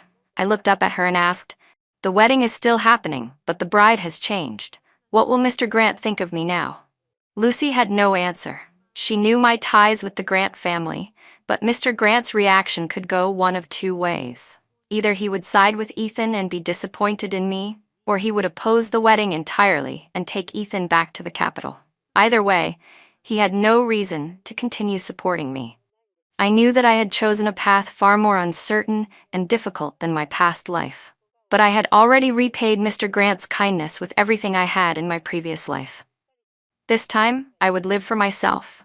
A loud knock came from outside. "Mom, are you home?" A voice called out. "I heard Ethan Grant got caught messing around with a temp worker in the bridal suite, and you threw boiling water at them. What happened?" Lucy's mother opened the door, only to find me sitting on the bed. She hesitated for a moment, then forced a smile. "Oh, Mia's here too." By now, news of Ethan and Victoria's scandal had spread like wildfire, sweeping across the entire factory in just one afternoon. In the conservative and upright mindset of the 1980s, this kind of scandal was a complete shock. Caught in the act, yet still managing to turn the situation around like this, how could people not gossip? Then Lucy's mother mentioned something that caught me off guard. "Mia, your uncle and aunt are on their way here for the wedding." My heart clenched. Before my rebirth, I had already been an old woman. How could I possibly remember these two relatives who had long since passed away? Lucy tensed. "If your uncle and aunt see that you've been abandoned by the Grants, they might try to take you back to the countryside. What will you do then?" I glanced down at my arms, still faintly marked by old scars from their beatings. A lifetime of swallowing my pride had only led to worse suffering. I clenched my jaw and said firmly, "This isn't my fault. The factory has no reason to fire me. Even if they do, I have my own hands and feet. I can sell goods on the streets if I have to, but I will never go back with them." The next morning I returned to work. It had been decades since I last touched factory machinery. When my hands met the cold metal, my heart surged with a mix of emotions, excitement, nervousness, determination. But my skills were rusty, and my workflow was all over the place. I fumbled like a complete beginner, watching Lucy handle everything smoothly. She moved swiftly, her every action clean and precise, completing an entire batch with ease. From behind, Bianca Carter stood with her hands in her pockets, a factory cap on her head. She scoffed. "Mia, what's wrong with you today? You're so slow." I didn't respond, but Lucy shot her a glare. "Some people will do anything to be number one." Bianca frowned. "What the hell are you talking about?" Lucy sneered. "Am I the one talking nonsense, or is it you? What happened yesterday at noon? By last night, the entire factory knew. By today, I bet it's spread to the whole city." Bianca stiffened. "How could that be my fault?" Lucy was about to argue, but I shook my head. I spoke calmly. "You can see my state right now. I know I'm falling behind, but it won't last long. I'll catch up soon. I appreciate your patience." Bianca stared at me for a long moment before her lips curled slightly. "Who are you trying to get smart with, Mia?" I met her gaze steadily. In my past life, Bianca had been my rival for years. She huffed, crossing her arms. "I just came to check on you. No woman in our factory has ever suffered such humiliation." Then, to my surprise, she pulled something from her pocket, a handful of candies. She shoved them into my hands. "Take these. I want to beat you in a fair competition, not through connections or shady tricks." Without waiting for a response, she turned and walked away. Lucy gasped. "Is that white rabbit candy? That's expensive." As I held the candy in my hands, something clicked in my mind. Now I understood why my memories of my time at the factory had always lingered so deeply. Not just because this was my youth, but because this was where I would finally take control of my own life.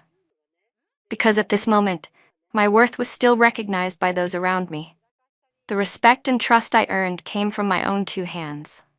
As I left the factory after my shift, still replaying the details of today's work in my mind, my uncle and aunt suddenly appeared in front of me. The moment he saw me, my uncle grabbed my wrist tightly. "Mia, come with us right now. Go and beg Ethan to take you back. You can't let him abandon you." My aunt clutched me even harder, her nails digging so deep into the back of my hand that I nearly bled. "You made it to the city, yet you can't even keep a man tied to you?" A gust of wind rushed past my ear, followed immediately by a sharp slap across my face. My aunt's voice was filled with curses and insults, even dragging my parents into her tirade. A deep, uncontrollable rage surged inside me. I roared, "Shut up!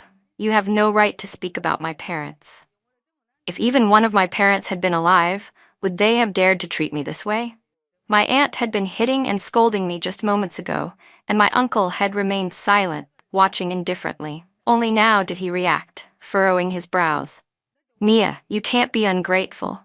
We raised you, so of course, we have the right to make decisions for you." People passing by started whispering among themselves.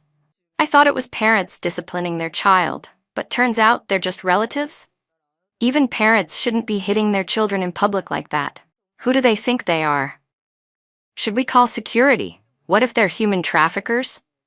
Sensing the shifting public opinion, my aunt immediately threw herself onto the ground, wailing. "Oh, what a sin. I worked myself to the bone raising this girl, and now she refuses to listen to me." I coldly watched her dramatic display before turning my gaze to my uncle, who at least still tried to keep up appearances. "Uncle, are you really trying to force me to cut all ties with you today?" His eyes flickered with unease as he waved his hands dismissively. "What nonsense are you talking about? We're only looking out for you." "How is that forcing you?" Without hesitation, I rolled up my sleeves and pant legs, exposing the old scars from past beatings. "This is the proof of how you looked out for me all those years." Panicked, my uncle lunged forward to stop me. "Enough. Stop showing that in public." I raised my voice. "You had no problem hitting me in front of everyone just now, so why should I be afraid to let them see the truth?" I glared at them, my voice cutting through the air. "When my parents passed away, I was just a child left alone in the countryside. What kind of kindness did you show me then? You think you can do whatever you want because you have no conscience? You don't fear ghosts or gods? But do you really think you'll live forever? Do you think you'll never grow old or face consequences?" I leaned in slightly, lowering my voice just enough for them to hear. "Even if you don't care about your own fate, what about your children? My cousins? If you push me too far, I'll make sure they never get into the factory, never get the stable future you wanted for them." My uncle froze. My aunt, still sitting on the ground, also stopped wailing. Even the most ignorant and ruthless people feared bringing misfortune upon their own children.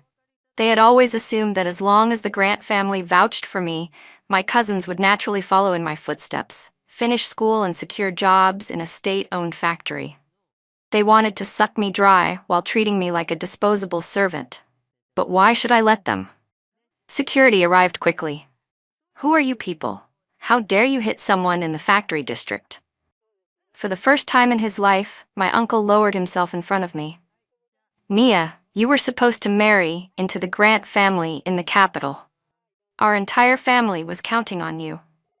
He even slapped himself a few times in desperation. "That's the capital, Mia. Your aunt and I have only been to the city a couple of times in our entire lives. Life here is so much better than back home. You can't just ruin your siblings' future like this. In this world, children born into good families had their parents to protect them. I had no such luck, which was exactly why I would never let these selfish, cruel people use moral blackmail to manipulate me again." "Who I marry is none of your business," I said coldly. "I am not a stepping stone for your children to climb higher. If you push this any further, I'll report you for assault. If that happens, forget about the factory. Your children won't be able to get into anything. Are you really willing to drag all of us down together?" Faced with no other choice, my uncle and aunt were escorted out of the factory district by security, grumbling and resisting every step of the way. The crowd that had gathered slowly dispersed. I pressed a hand against my stinging, swollen cheek, finally exhaling a breath of relief, only to see Ethan Grant, standing nearby, smirking with open mockery. "That was quite the performance," he sneered. "I half expected your uncle and aunt to drag you to my feet, begging me to take you back." I clenched my jaw tightly. "What are you doing here?" Ethan had already played out a whole scene in his mind, assuming he had figured everything out. "Your uncle and aunt made such a big commotion. How could no one have informed me to come and rescue you? Isn't this just like yesterday? Another scheme of yours? And that bruise on your face, you must have gone all out to make it look real, huh? You wanted me to feel sorry for you, to change my mind and marry you?"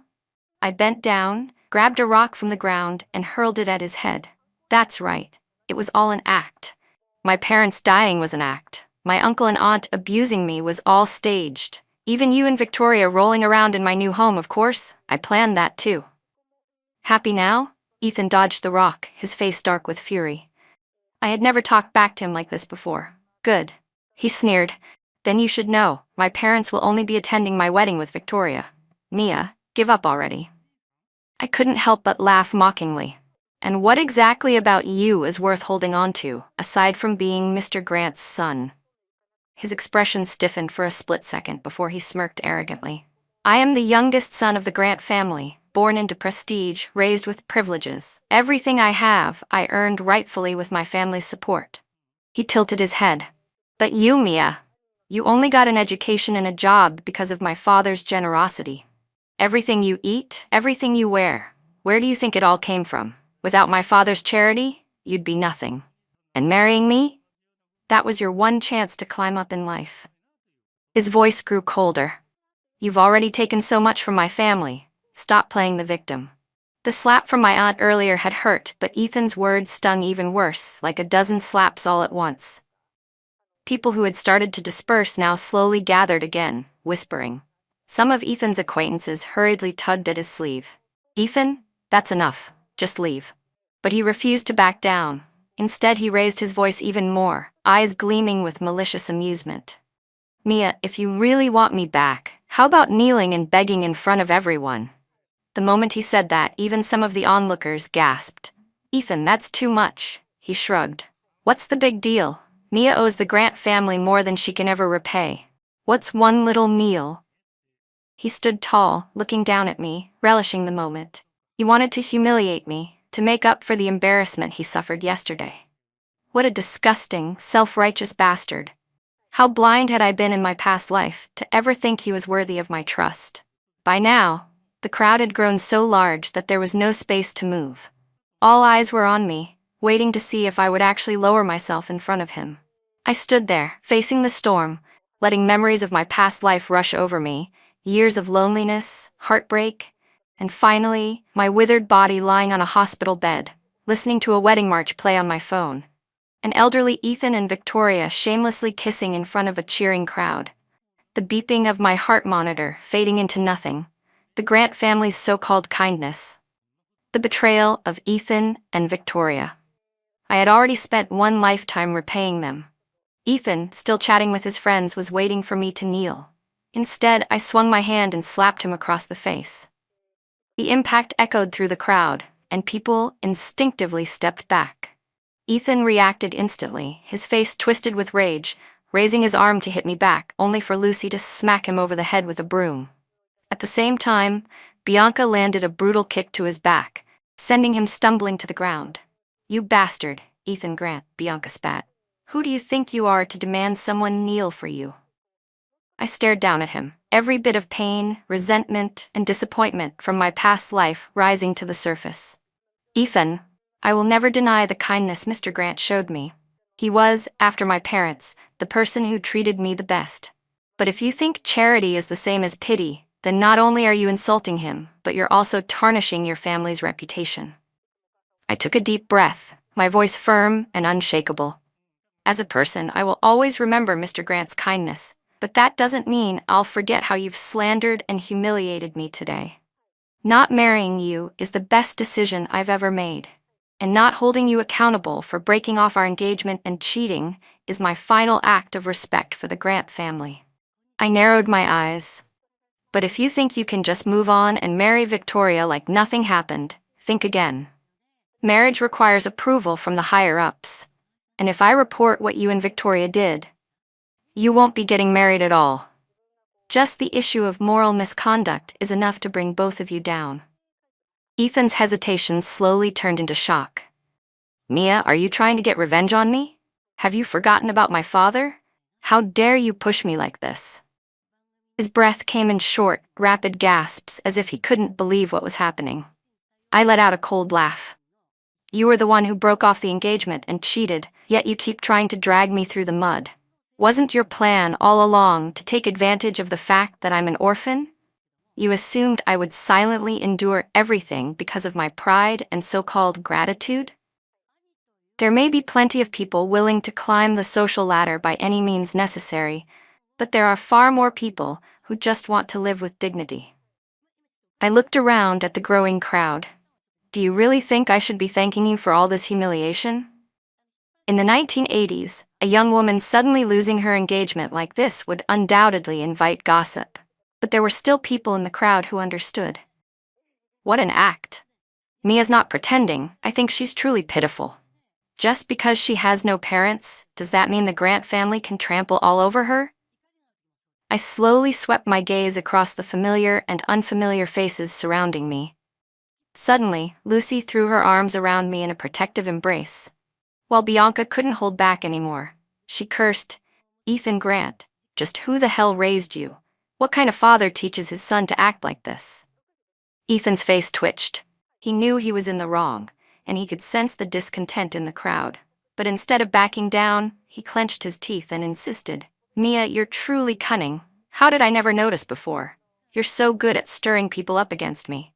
The onlookers immediately closed in. "Stir up what? You think we need her to tell us what we just saw with our own eyes? How did the Grant family end up with such a son?" Right then, the deputy factory manager appeared at the edge of the crowd and shouted, "Ethan, get over here." Seeing a superior present, the crowd had no choice but to gradually disperse.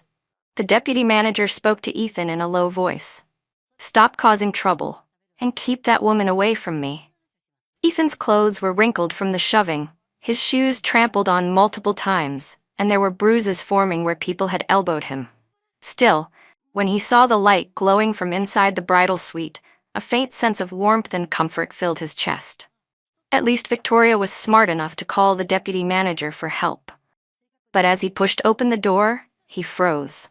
Victoria had her back to him, humming a cheerful tune as she laid out a variety of dresses on the bed. The once neatly arranged red wedding decorations had been ripped apart, their packaging strewn across the floor.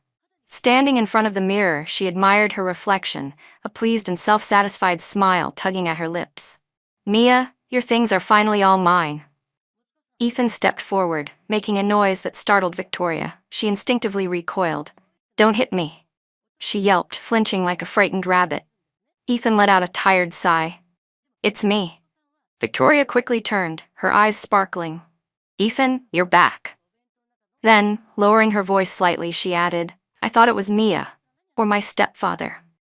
Ethan knew about Victoria's background. Her biological father had passed away when she was young, and her mother had remarried a factory worker. After her mother's death, her stepfather had tried to remarry several times, but every potential wife refused upon learning that Victoria still lived in the house. Eventually, he had attempted to kick her out, and only with the help of some relatives was she able to get a temporary job at the factory. She was truly pitiful. But she was also undeniably beautiful, so much so that others envied him for having her. And unlike Mia, who was always serious about work and study, Victoria was gentle and obedient, always catering to him. Being with Mia felt like marrying another man, just endless work and responsibilities. Wait, why was he thinking about Mia again? Irritated, Ethan turned his gaze to the clothes on the bed. "Those were tailored for Mia by my mother and some of her friends. Why are you touching them? They won't even fit you." Victoria took her time removing her sweater, revealing the dress she was already wearing underneath. It clung tightly to her curves, accentuating her figure. She stepped closer, brushing against Ethan's side and lowering her voice into a sweet, helpless whisper. "Ethan, I know you're in a bad mood today. It must have been so humiliating for you to be scolded by Mia in front of everyone." The mention of Mia sent a fresh wave of frustration through him. Who did she think she was, daring to talk back to him? And in front of so many people. And now she even wants to report me for moral misconduct? Look at her, she clearly can't let me go, so now she's out for revenge. Ethan scoffed. Women are always saying one thing and meaning another. Without me, how is she supposed to survive? He smirked. Let's see how I'll deal with her in the future. Victoria, hearing the threat in his tone, suddenly felt a deep sense of unease. Mia had always been quiet and obedient. When had she become so bold, cursing, reporting people? Was the incident in the bridal suite really just a coincidence? Could it be she had also been reborn? No. She had to make sure Ethan stayed on her side. Victoria quickly leaned into him, her voice soft and pleading. Ethan, don't think about those things. What if your parents don't like me? Ethan chuckled mockingly and brushed a stray strand of hair behind her ear. It's already done. What choice do they have?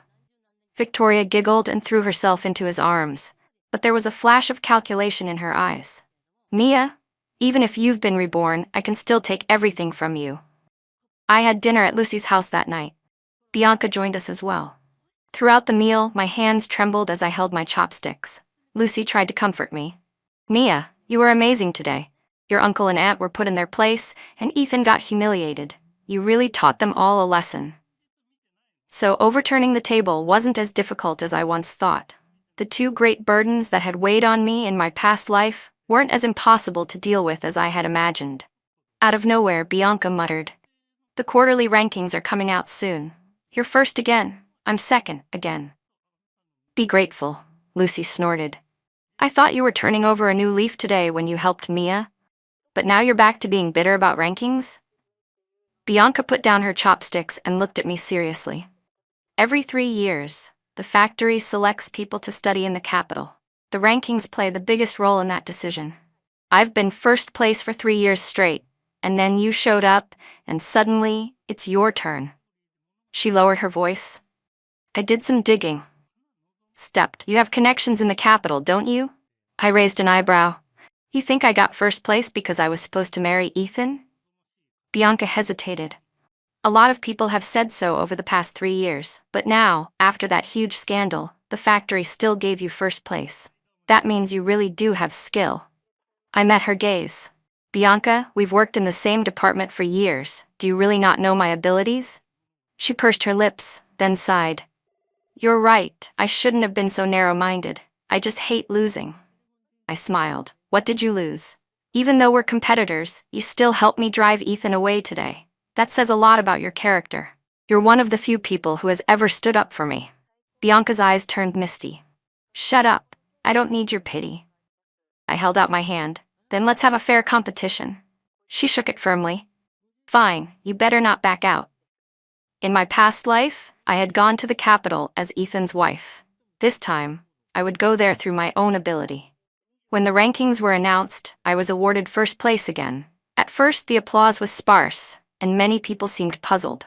But then Bianca took the lead and started clapping. Only then did the rest of the workers follow suit. However, when I returned to my workstation, everyone was shocked. My desk had been trashed, tools broken, materials ruined. A red cloth banner was pinned to the wall with large mocking words, "Greedy and shameless." The culprit had practically signed their name. There were no security cameras in this era, and no one had been around when it happened. But with process of elimination, there was only one person who had a grudge against me. Victoria's pettiness had actually helped my case. Not only did I report her for misconduct, but other factory workers who couldn't stand her also joined in on the complaint. As a result, Ethan was officially demoted from his original position, something the factory had no choice but to enforce. Victoria lost her temporary contract and was given a harsh warning, but she didn't care at all. The very next day, she moved out of the female dormitory and straight into Ethan's new home, openly living with him. They said the marriage application is already being processed and the wedding is set for Independence Day. But since Ethan is no longer a factory employee, it's no longer under the factory's jurisdiction. After I get married, I'll be going to the capital. A mere temporary worker? Not worth my time. Her arrogance infuriated many people. The relatives who had helped Ethan get into the factory felt utterly humiliated and cursed Victoria for bringing disgrace upon their entire family. Just then, I was summoned to the office. At first, I thought it was about my report against Ethan and Victoria, and that I was going to face consequences. But to my surprise, the factory director handed me a transfer letter. In my past life, I had only received this letter because I was Ethan's wife and was moving to the capital as his spouse. But now, I had reported Ethan. Why was it still given to me? Sir, is there some mistake? The director smiled. No mistake. This is Mr. Grant's decision. Whether Mr. Grant wanted to compensate me or simply sweep the whole incident under the rug, it was ultimately about protecting Ethan. But I wasn't about to accept something I hadn't earned. Mia, think it over, the director said as I hesitated. Don't rush to a decision. Leaving the office, my mind was in turmoil. Suddenly, Victoria appeared out of nowhere and shoved me hard. I stumbled but didn't fall. You bitch, she spat, her eyes filled with venom, her expression twisted. Did you get reborn too? This was completely different from the fake kindness she used to show in my past life. I narrowed my eyes. I have no idea what you're talking about. It didn't matter whether she was reborn or not. I had already thrown Ethan away like garbage. Why should I waste my breath on her? Victoria sneered. Mia, your acting is incredible. In our past life, you played the dutiful wife so well that even after you died, Ethan suddenly started reminiscing about how good you were to him. And now, you're still putting on a show? She took a step closer, lowering her voice. If you weren't reborn, how did you know to bring people to the bridal suite that day? How did you humiliate Ethan in front of everyone? I glanced at a nearby building, its windows reflecting the evening light. So you're saying you can be shameless, but I can't be lucky enough to catch you in the act? Victoria's face twisted with fury. Still pretending, huh? You're dreaming if you think you can use the same tricks as before to snatch Ethan back. She let out a sharp laugh. I came back 2 months ago. Ethan is completely mine. His body, his heart, everything. The title of Mrs. Grant, the privileged life that comes with it, it all belongs to me now. Mia, you've lost to me in both lives. What a pathetic joke. So that was why she had handled everything so calmly in the bridal suite, why she knew exactly what to say to sway Ethan. Victoria wasn't just reliving the past, she had come prepared. If I was destined to lose, then why did she look so desperate? Suddenly she pulled out a razor blade and slashed her own hand, drawing a deep wound. Then, like a lunatic, she lunged at me, blood dripping down her fingers. I quickly backed away, turning a corner and bumping into someone. It was Bianca, standing beside a tall, handsome young man. Victoria instantly threw the blade to the ground, clutching her bleeding hand. She shrieked in distress. Help. Mia tried to kill me. From a distance, Ethan came running over. Victoria, what happened? She burst into tears and weakly collapsed against his chest. Ethan, you have to protect me. Mia, she tried to cut my face. She said I seduced you, and she wanted to ruin me. Ethan's face darkened. He turned to me, his expression filled with suspicion. Mia, did you do this? I raised an eyebrow. Ethan, if I wanted to hurt her, I wouldn't bother sneaking around. I'd slap her openly, just like I did to you. Do you really think I need to secretly scratch up her face? You two barely have any dignity left. What's the point? Ethan hesitated, his gaze flickering between Victoria and me. Victoria, could this be a misunderstanding? Mia wouldn't do something like this. Victoria's face froze. I smirked. I didn't stab her, but I did write the report that got both of you punished. Ethan let out a bitter laugh. So this time, you're not even pretending, you're really out for revenge. Victoria's expression grew even uglier. Ethan Grant. So quick to anger, so arrogant, yet so easy to manipulate. I wasn't surprised by Ethan's back-and-forth attitude. In my past life, when he was with Victoria, he acted just like any other cheating man. There were moments when they fought and didn't get along. And every time Ethan was upset with her, he would come home and act all considerate toward me. But when he found daily life with me too dull, he would go back to coaxing Victoria. Once they reconciled, Ethan would disappear from home for a while, taking Victoria on secret little getaways. This cycle repeated itself for decades. Wavering, indecisive, that was Ethan's defining trait. Now, looking at him trying to put on the act of a reasonable man, I felt nothing but exhaustion and disdain. It didn't matter what kind of person I was. What mattered was that I no longer wanted Ethan. No matter what Victoria did, it was pointless. I turned to Ethan. You'd better keep an eye on her. Your wedding is coming up soon. Do you think Mr. Grant would be happy seeing the two of you not trusting each other? Ethan froze for a second before snapping back. Mia, are you saying this because you actually care about me? Or are you just using my father's name as an excuse? Disgusting. Victoria immediately let out a pitiful whimper and clutched her bleeding hand. Ethan tried to soothe her. Come on, it's just a little cut. Don't be dramatic. Bianca, who had been quietly observing up until now, suddenly burst into laughter. Who gets attacked with a razor blade and then chases after their supposed attacker? If you really wanted to hurt someone, wouldn't a knife be more efficient? This is the worst act I've ever seen. Victoria's face turned red with anger. It was Mia. You're just covering for her because you're in the same department. Bianca's expression sharpened. Everyone knows I've always been Mia's biggest competitor. The two of us have been fighting for the top ranking every quarter. If anyone understands fair competition, it's me. She sneered. But I guess you wouldn't understand that concept, would you? You and Ethan are nothing but garbage. Victoria clenched her fists, trembling with fury. You? Bianca cut her off. And that watch on your wrist? That's the engagement gift our entire department bought for Mia. Yet, here you are, parading it around. Who gave you the right to wear it? Oh wait, it must be Ethan, right? She turned to him with a smirk. Well, congratulations. If you two ever feel like your scandal isn't big enough, just let us know. We'd be happy to remind you every time we see you. As she spoke, she took a step forward, ready to kick them both. Just then, a tall, silent young man grabbed her arm, holding her back. Ethan reached for Victoria's wrist and glanced at the watch, his face darkening as he stole a glance at me. Let me go. I'm going to teach them a lesson. Bianca struggled against her brother, Connor Carter, who was pulling her back. Ethan quickly dragged Victoria away before things escalated.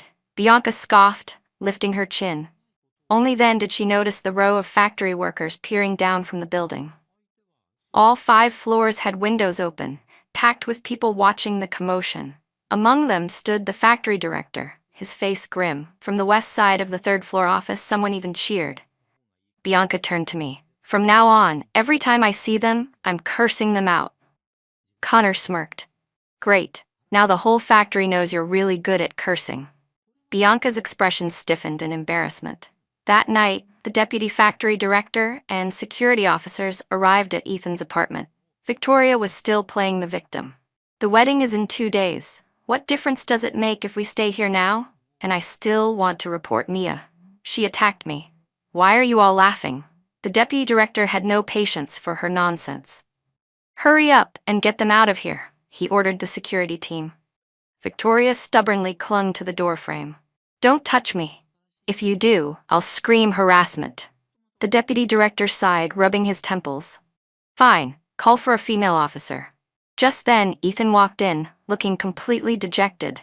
The moment Victoria saw him, she puffed up her chest and arrogantly declared, Ethan, this apartment was assigned to you. They have no right to kick us out. The deputy director shot her a sharp glare, finally making her shut up. He turned to Ethan. Ethan, factory rules are factory rules. You were given this apartment because you were supposed to marry Mia. At the time, both of you were considered exceptional employees, so we made a special exception. But now, the bride has changed, and at the end of the year, you're transferring out of here. The factory has already made new arrangements for this unit. Ethan had just come from the factory director's office. Of course, Ethan knew exactly why this was happening, but Victoria refused to accept it. This is ridiculous. Ethan is a valued employee, and he's not leaving until the end of the year. Why should he be kicked out now? The deputy factory director didn't even acknowledge her outburst. He simply turned to Ethan and said, Ethan, we've already arranged a bed for you in the communal dormitory. Victoria clung to Ethan's arm, shaking it desperately. Ethan, say something. Ethan coldly shrugged her off. I accept the factory's decision. I'll pack my things tonight. He glanced around the apartment. There's a lot of stuff here. It'll take time to move everything. The deputy director waved a hand dismissively. Security will put new locks on the doors and reinforce the windows. Not even a fly will be able to get in. Victoria stomped her foot in frustration. And what about me? Am I supposed to be homeless now? Go wherever you want, the deputy director replied. But you won't be staying here. With that, he left. Ethan immediately started packing his belongings. Victoria fumed. Ethan, why didn't you stand up for me? Ethan's voice was cold. Why did you have to go after Mia? Victoria's breath hitched. She quickly switched tactics, her eyes welling with tears. I didn't do anything. You're still acting, even in front of me? Victoria bit her lip, looking heartbroken as tears spilled down her cheeks. Ethan sighed. I know, I didn't set proper boundaries before, and you've suffered because of it. But we're about to get married. You're already living in this apartment, wearing Mia's clothes, even flaunting the engagement watch that was meant for her. What more do you want? Victoria sobbed. Mia set me up. Ethan let out a short laugh. If you hadn't gone after her, would she have had the chance to do anything? Mia is rigid, serious, and completely uninteresting. But do you really think she's capable of scheming? Even Bianca, her biggest rival, stood up for her. Don't you realize that the entire factory looks down on us now? Victoria was seething with resentment. While she hesitated, Ethan finished packing his things. She rushed forward, grabbing his sleeve. Ethan, what am I supposed to do if you leave? Why should we give up the apartment to the factory? Ethan lost his patience. Enough. This was my father's decision. That night, with nowhere else to go, Victoria had no choice but to shamelessly return to her stepfather's home. She bribed her youngest stepsister to quietly unlock the door for her in the middle of the night. Her stepfather, thinking there was a thief, nearly had a heart attack when he saw her. The entire dormitory was woken up by the shouting and chaos. Hands on her hips, Victoria screamed back at them. You think I want to be in this disgusting pigsty? Just wait until I marry Ethan. I'll be living in a big house in the capital, and all of you will be groveling at my feet. The next morning at work, the factory buzzed with gossip. Everyone speculated about how Ethan's parents would react to Victoria as their new daughter-in-law. In the 1980s, values were still traditional, and most people couldn't understand how Victoria could be so shameless. But when it came down to it, her entire relationship with Ethan could be summed up in 2 words: stealing and taking. For Victoria, Ethan was something to be stolen rather than cherished. For Ethan, Victoria was a shiny prize that only held value because he had to snatch her from someone else. In my past life, it was the Grant family's wealth and my own stability as his proper wife that enabled their affair to flourish. It was the thrill of sneaking around that made it exciting for them. But now that they were together out in the open, would they still feel the same way once their daily lives became nothing more than work, meals, and chores? I was lost in thought when the supervisor suddenly called me into the office.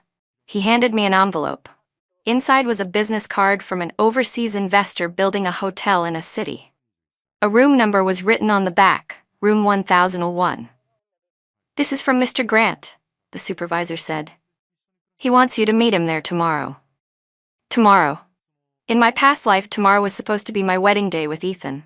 I still remembered what I had worn, a red blouse and black slacks, made from fresh, new fabric.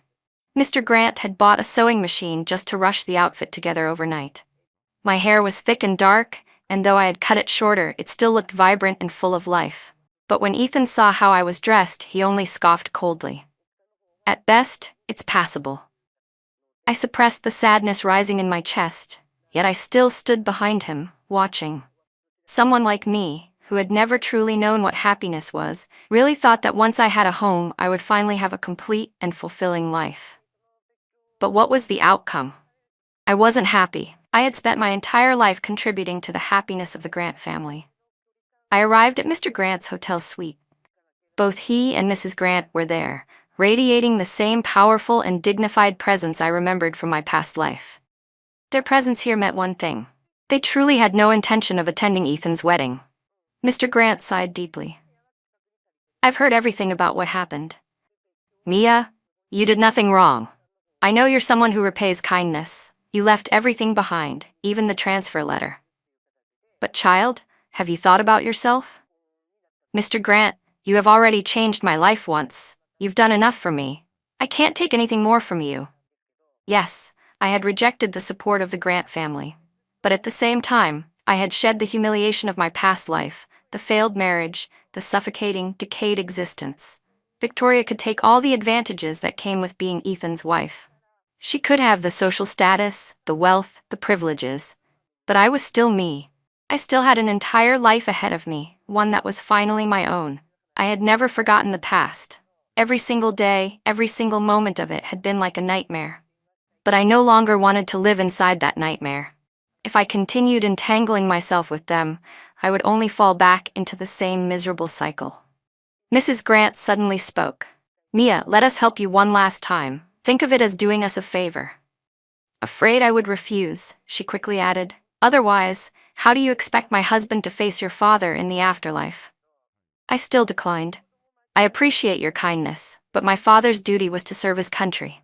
As his daughter, my mission in life shouldn't end with just marriage and family. Life is short. I want to live in a way that makes me value myself." Mrs. Grant's face darkened. In my past life, she had never liked me. In fact, many of Ethan's views on me were simply a reflection of hers. But now, compared to the scandal-ridden Victoria, I, someone she had once deemed unsatisfactory, was suddenly the better option. And yet I had refused. Mr. Grant remained calm. "I understand your aspirations. The truth is, Ethan doesn't deserve you."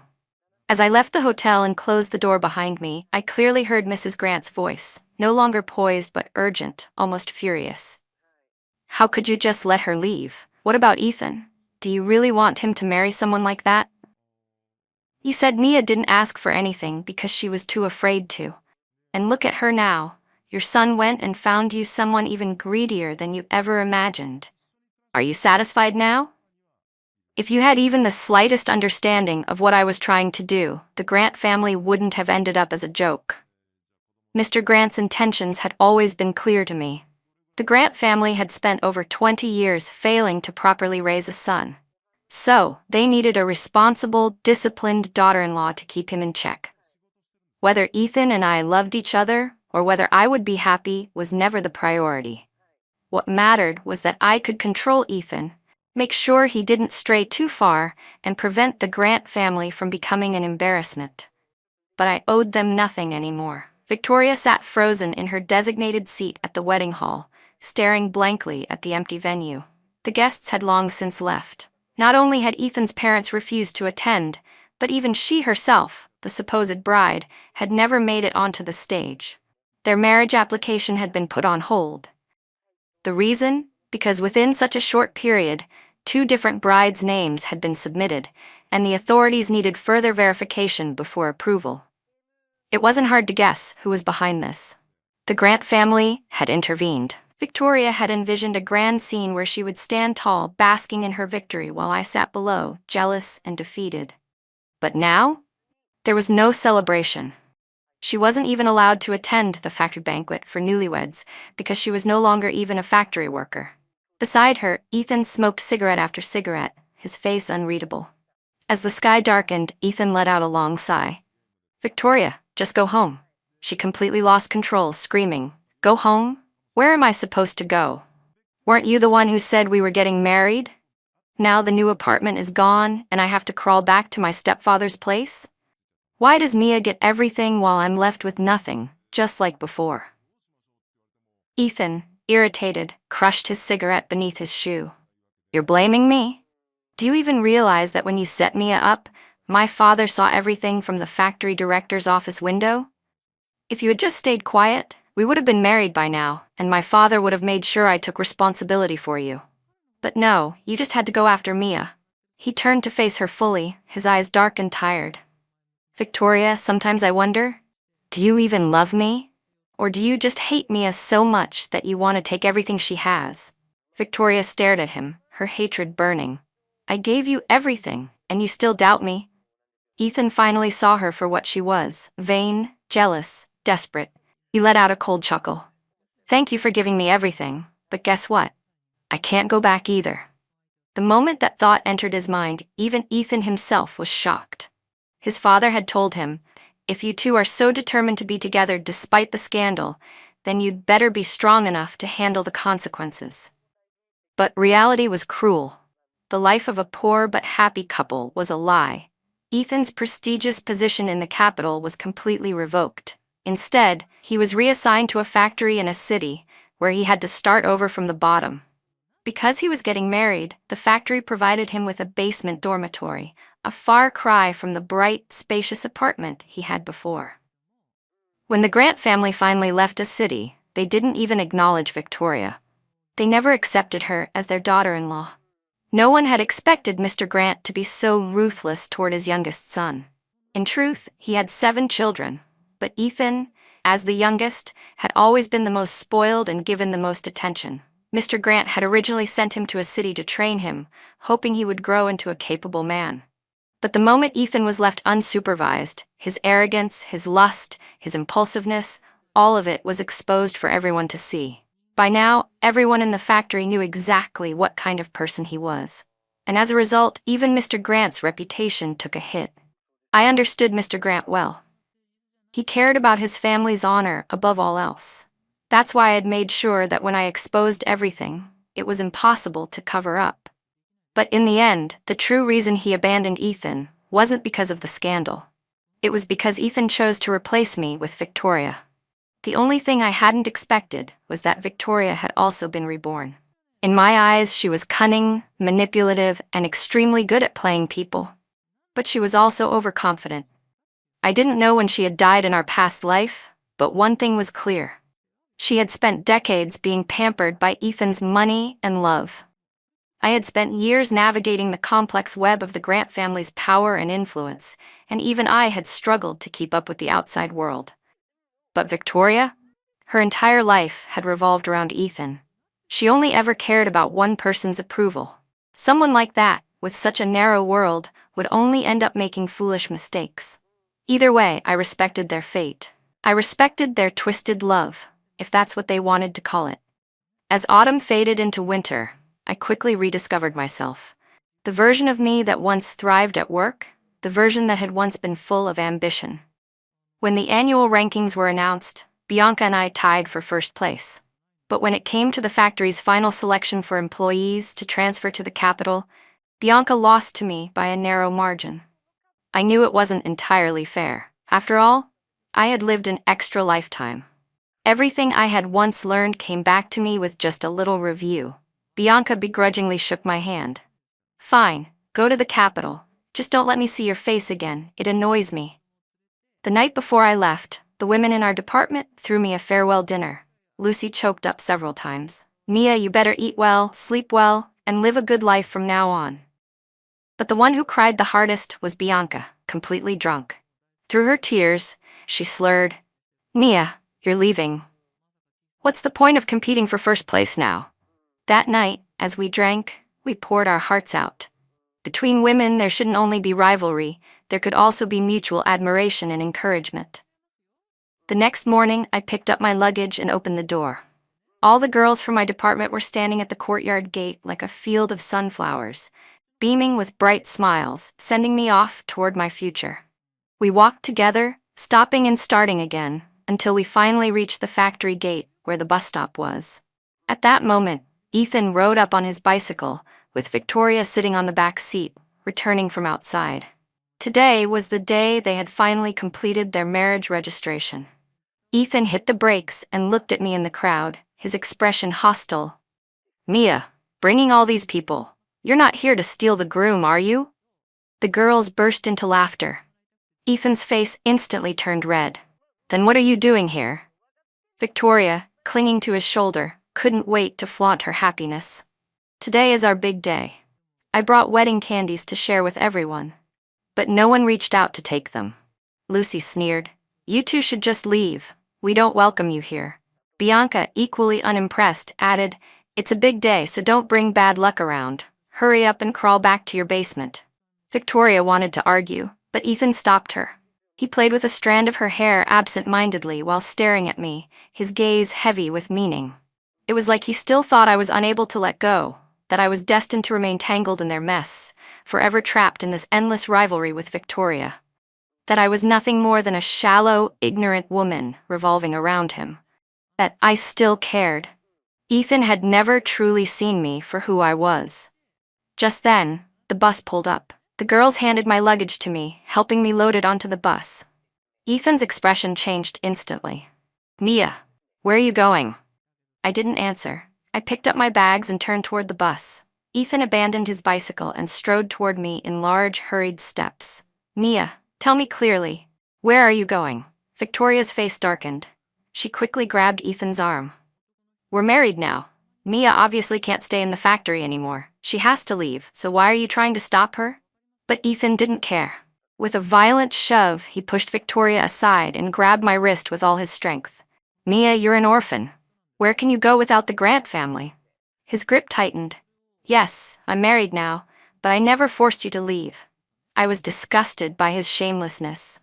"Ethan, don't you dare think I'm as shameless as you are." I yanked my wrist, but he wouldn't let go. "When we were engaged, you cheated on me with Victoria. Now that you're married, you think you have the right to ask where I'm going?" Ethan refused to let go, gazing at me intensely, as if desperately trying to find any trace of lingering affection in my eyes.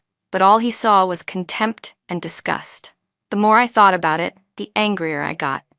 I lifted my leg and kicked him hard in the stomach. Ethan staggered backward, collapsing onto the ground. Before he could even recover, Connor Carter, dressed in his security uniform, and the factory gatekeeper grabbed him from both sides and restrained him. Without hesitation, I stepped onto the bus. Behind me, Ethan shouted desperately, "Mia, explain yourself. You filed reports. You set me up. Wasn't it because you liked me?" Before he could finish, Victoria suddenly slapped him across the face. "Ethan Grant, look carefully," she shrieked. "The one who married you today is me. You always said Mia was just some country girl your father forced on you, like a child bride. That she meant nothing, that she was just an arranged burden from your family."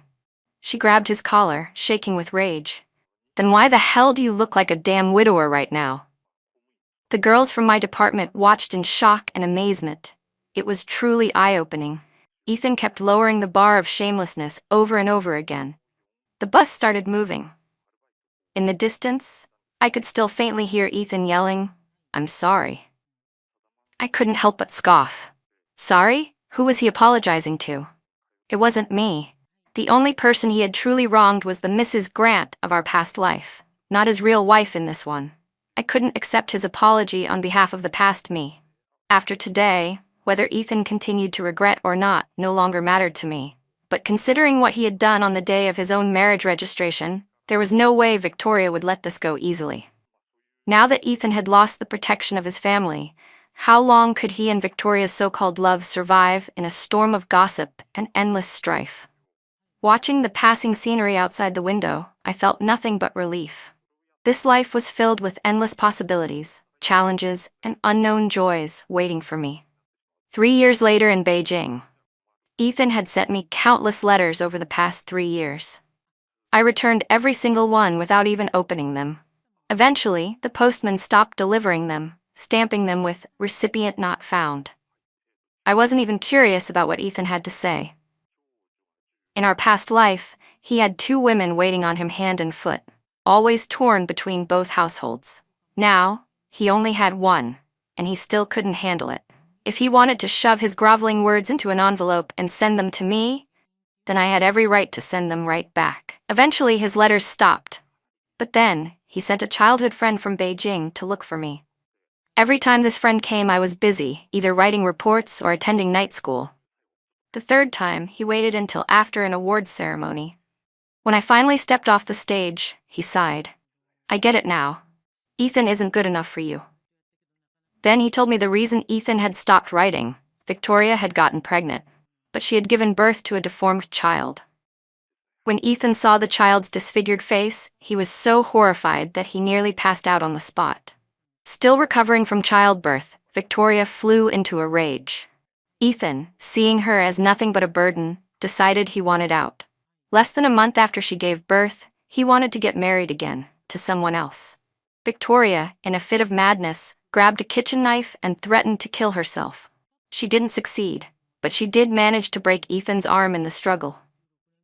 At that moment, Ethan finally gave up. He sent his childhood friend to beg me for mercy, hoping I would save him from this nightmare. Because, in his father's eyes, I had always been the ideal choice. I rolled my eyes. Is he insane? His friend nodded in agreement. Pretty much. In our past life, Victoria had never been able to have children. To fulfill her delusional dream of being a mother, Ethan had even brought my children to visit her, forcing them to call her mom. Now in this life, even knowing about the genetic risks, she had still tried to use a pregnancy to chain Ethan to her. The result? Their so-called love had already crumbled long before the child was even born. That child, sickly, deformed, did not survive for long. After the child's death, Ethan fled to Beijing, desperate to escape from Victoria. But Victoria followed him all the way north and stormed into the Grant family home. Ethan hid himself away. Mr. and Mrs. Grant had no intention of acknowledging Victoria as their daughter-in-law. But Victoria, filled with madness, threw a package into Mr. Grant's arms. Inside was her deceased child, wrapped tightly in cloth. Mr. Grant collapsed from shock, fainting on the spot. Mrs. Grant's legs gave out, and she stood frozen in terror. Victoria screamed hysterically, "Why do you all look down on me? If Mia could have children for your family, why couldn't I? I waited so many years to give birth to this child, and now his father doesn't even want him? He was born like this, and all you people want to do is pretend he never existed." She insisted on bringing the child back to the Grant family. Victoria was sent to an asylum. In the end, she single-handedly turned the Grant family upside down. Mr. Grant suffered a stroke and was bedridden for months before passing away. I received the news just as I was granted the opportunity to study abroad. At the cemetery, I paid my respects. For an entire lifetime, I had called this man father. Ethan, now a broken shell of a man, saw me from afar. His eyes lit up with hope. "Mia, I know I've wronged you." I cut him off immediately. "You've wronged a lot of people." My gaze fell upon the grave beneath us. Ethan stopped mid-step, as if frozen by the weight of his own guilt. In my past life, I had always thought I was the one who suffered the most. But when I looked at Mr. Grant's tombstone, my heart still clenched painfully. His early death completely altered the fate of the Grant family. The prestigious Grant Corporation, which had once stood as one of Beijing's top enterprises, was never founded. Without its patriarch, the Grant children scattered in different directions, and their family never amassed the fortune it once had. The once wealthy and powerful Grant family had now faded into obscurity. In the end, money was just money, and gold was just gold.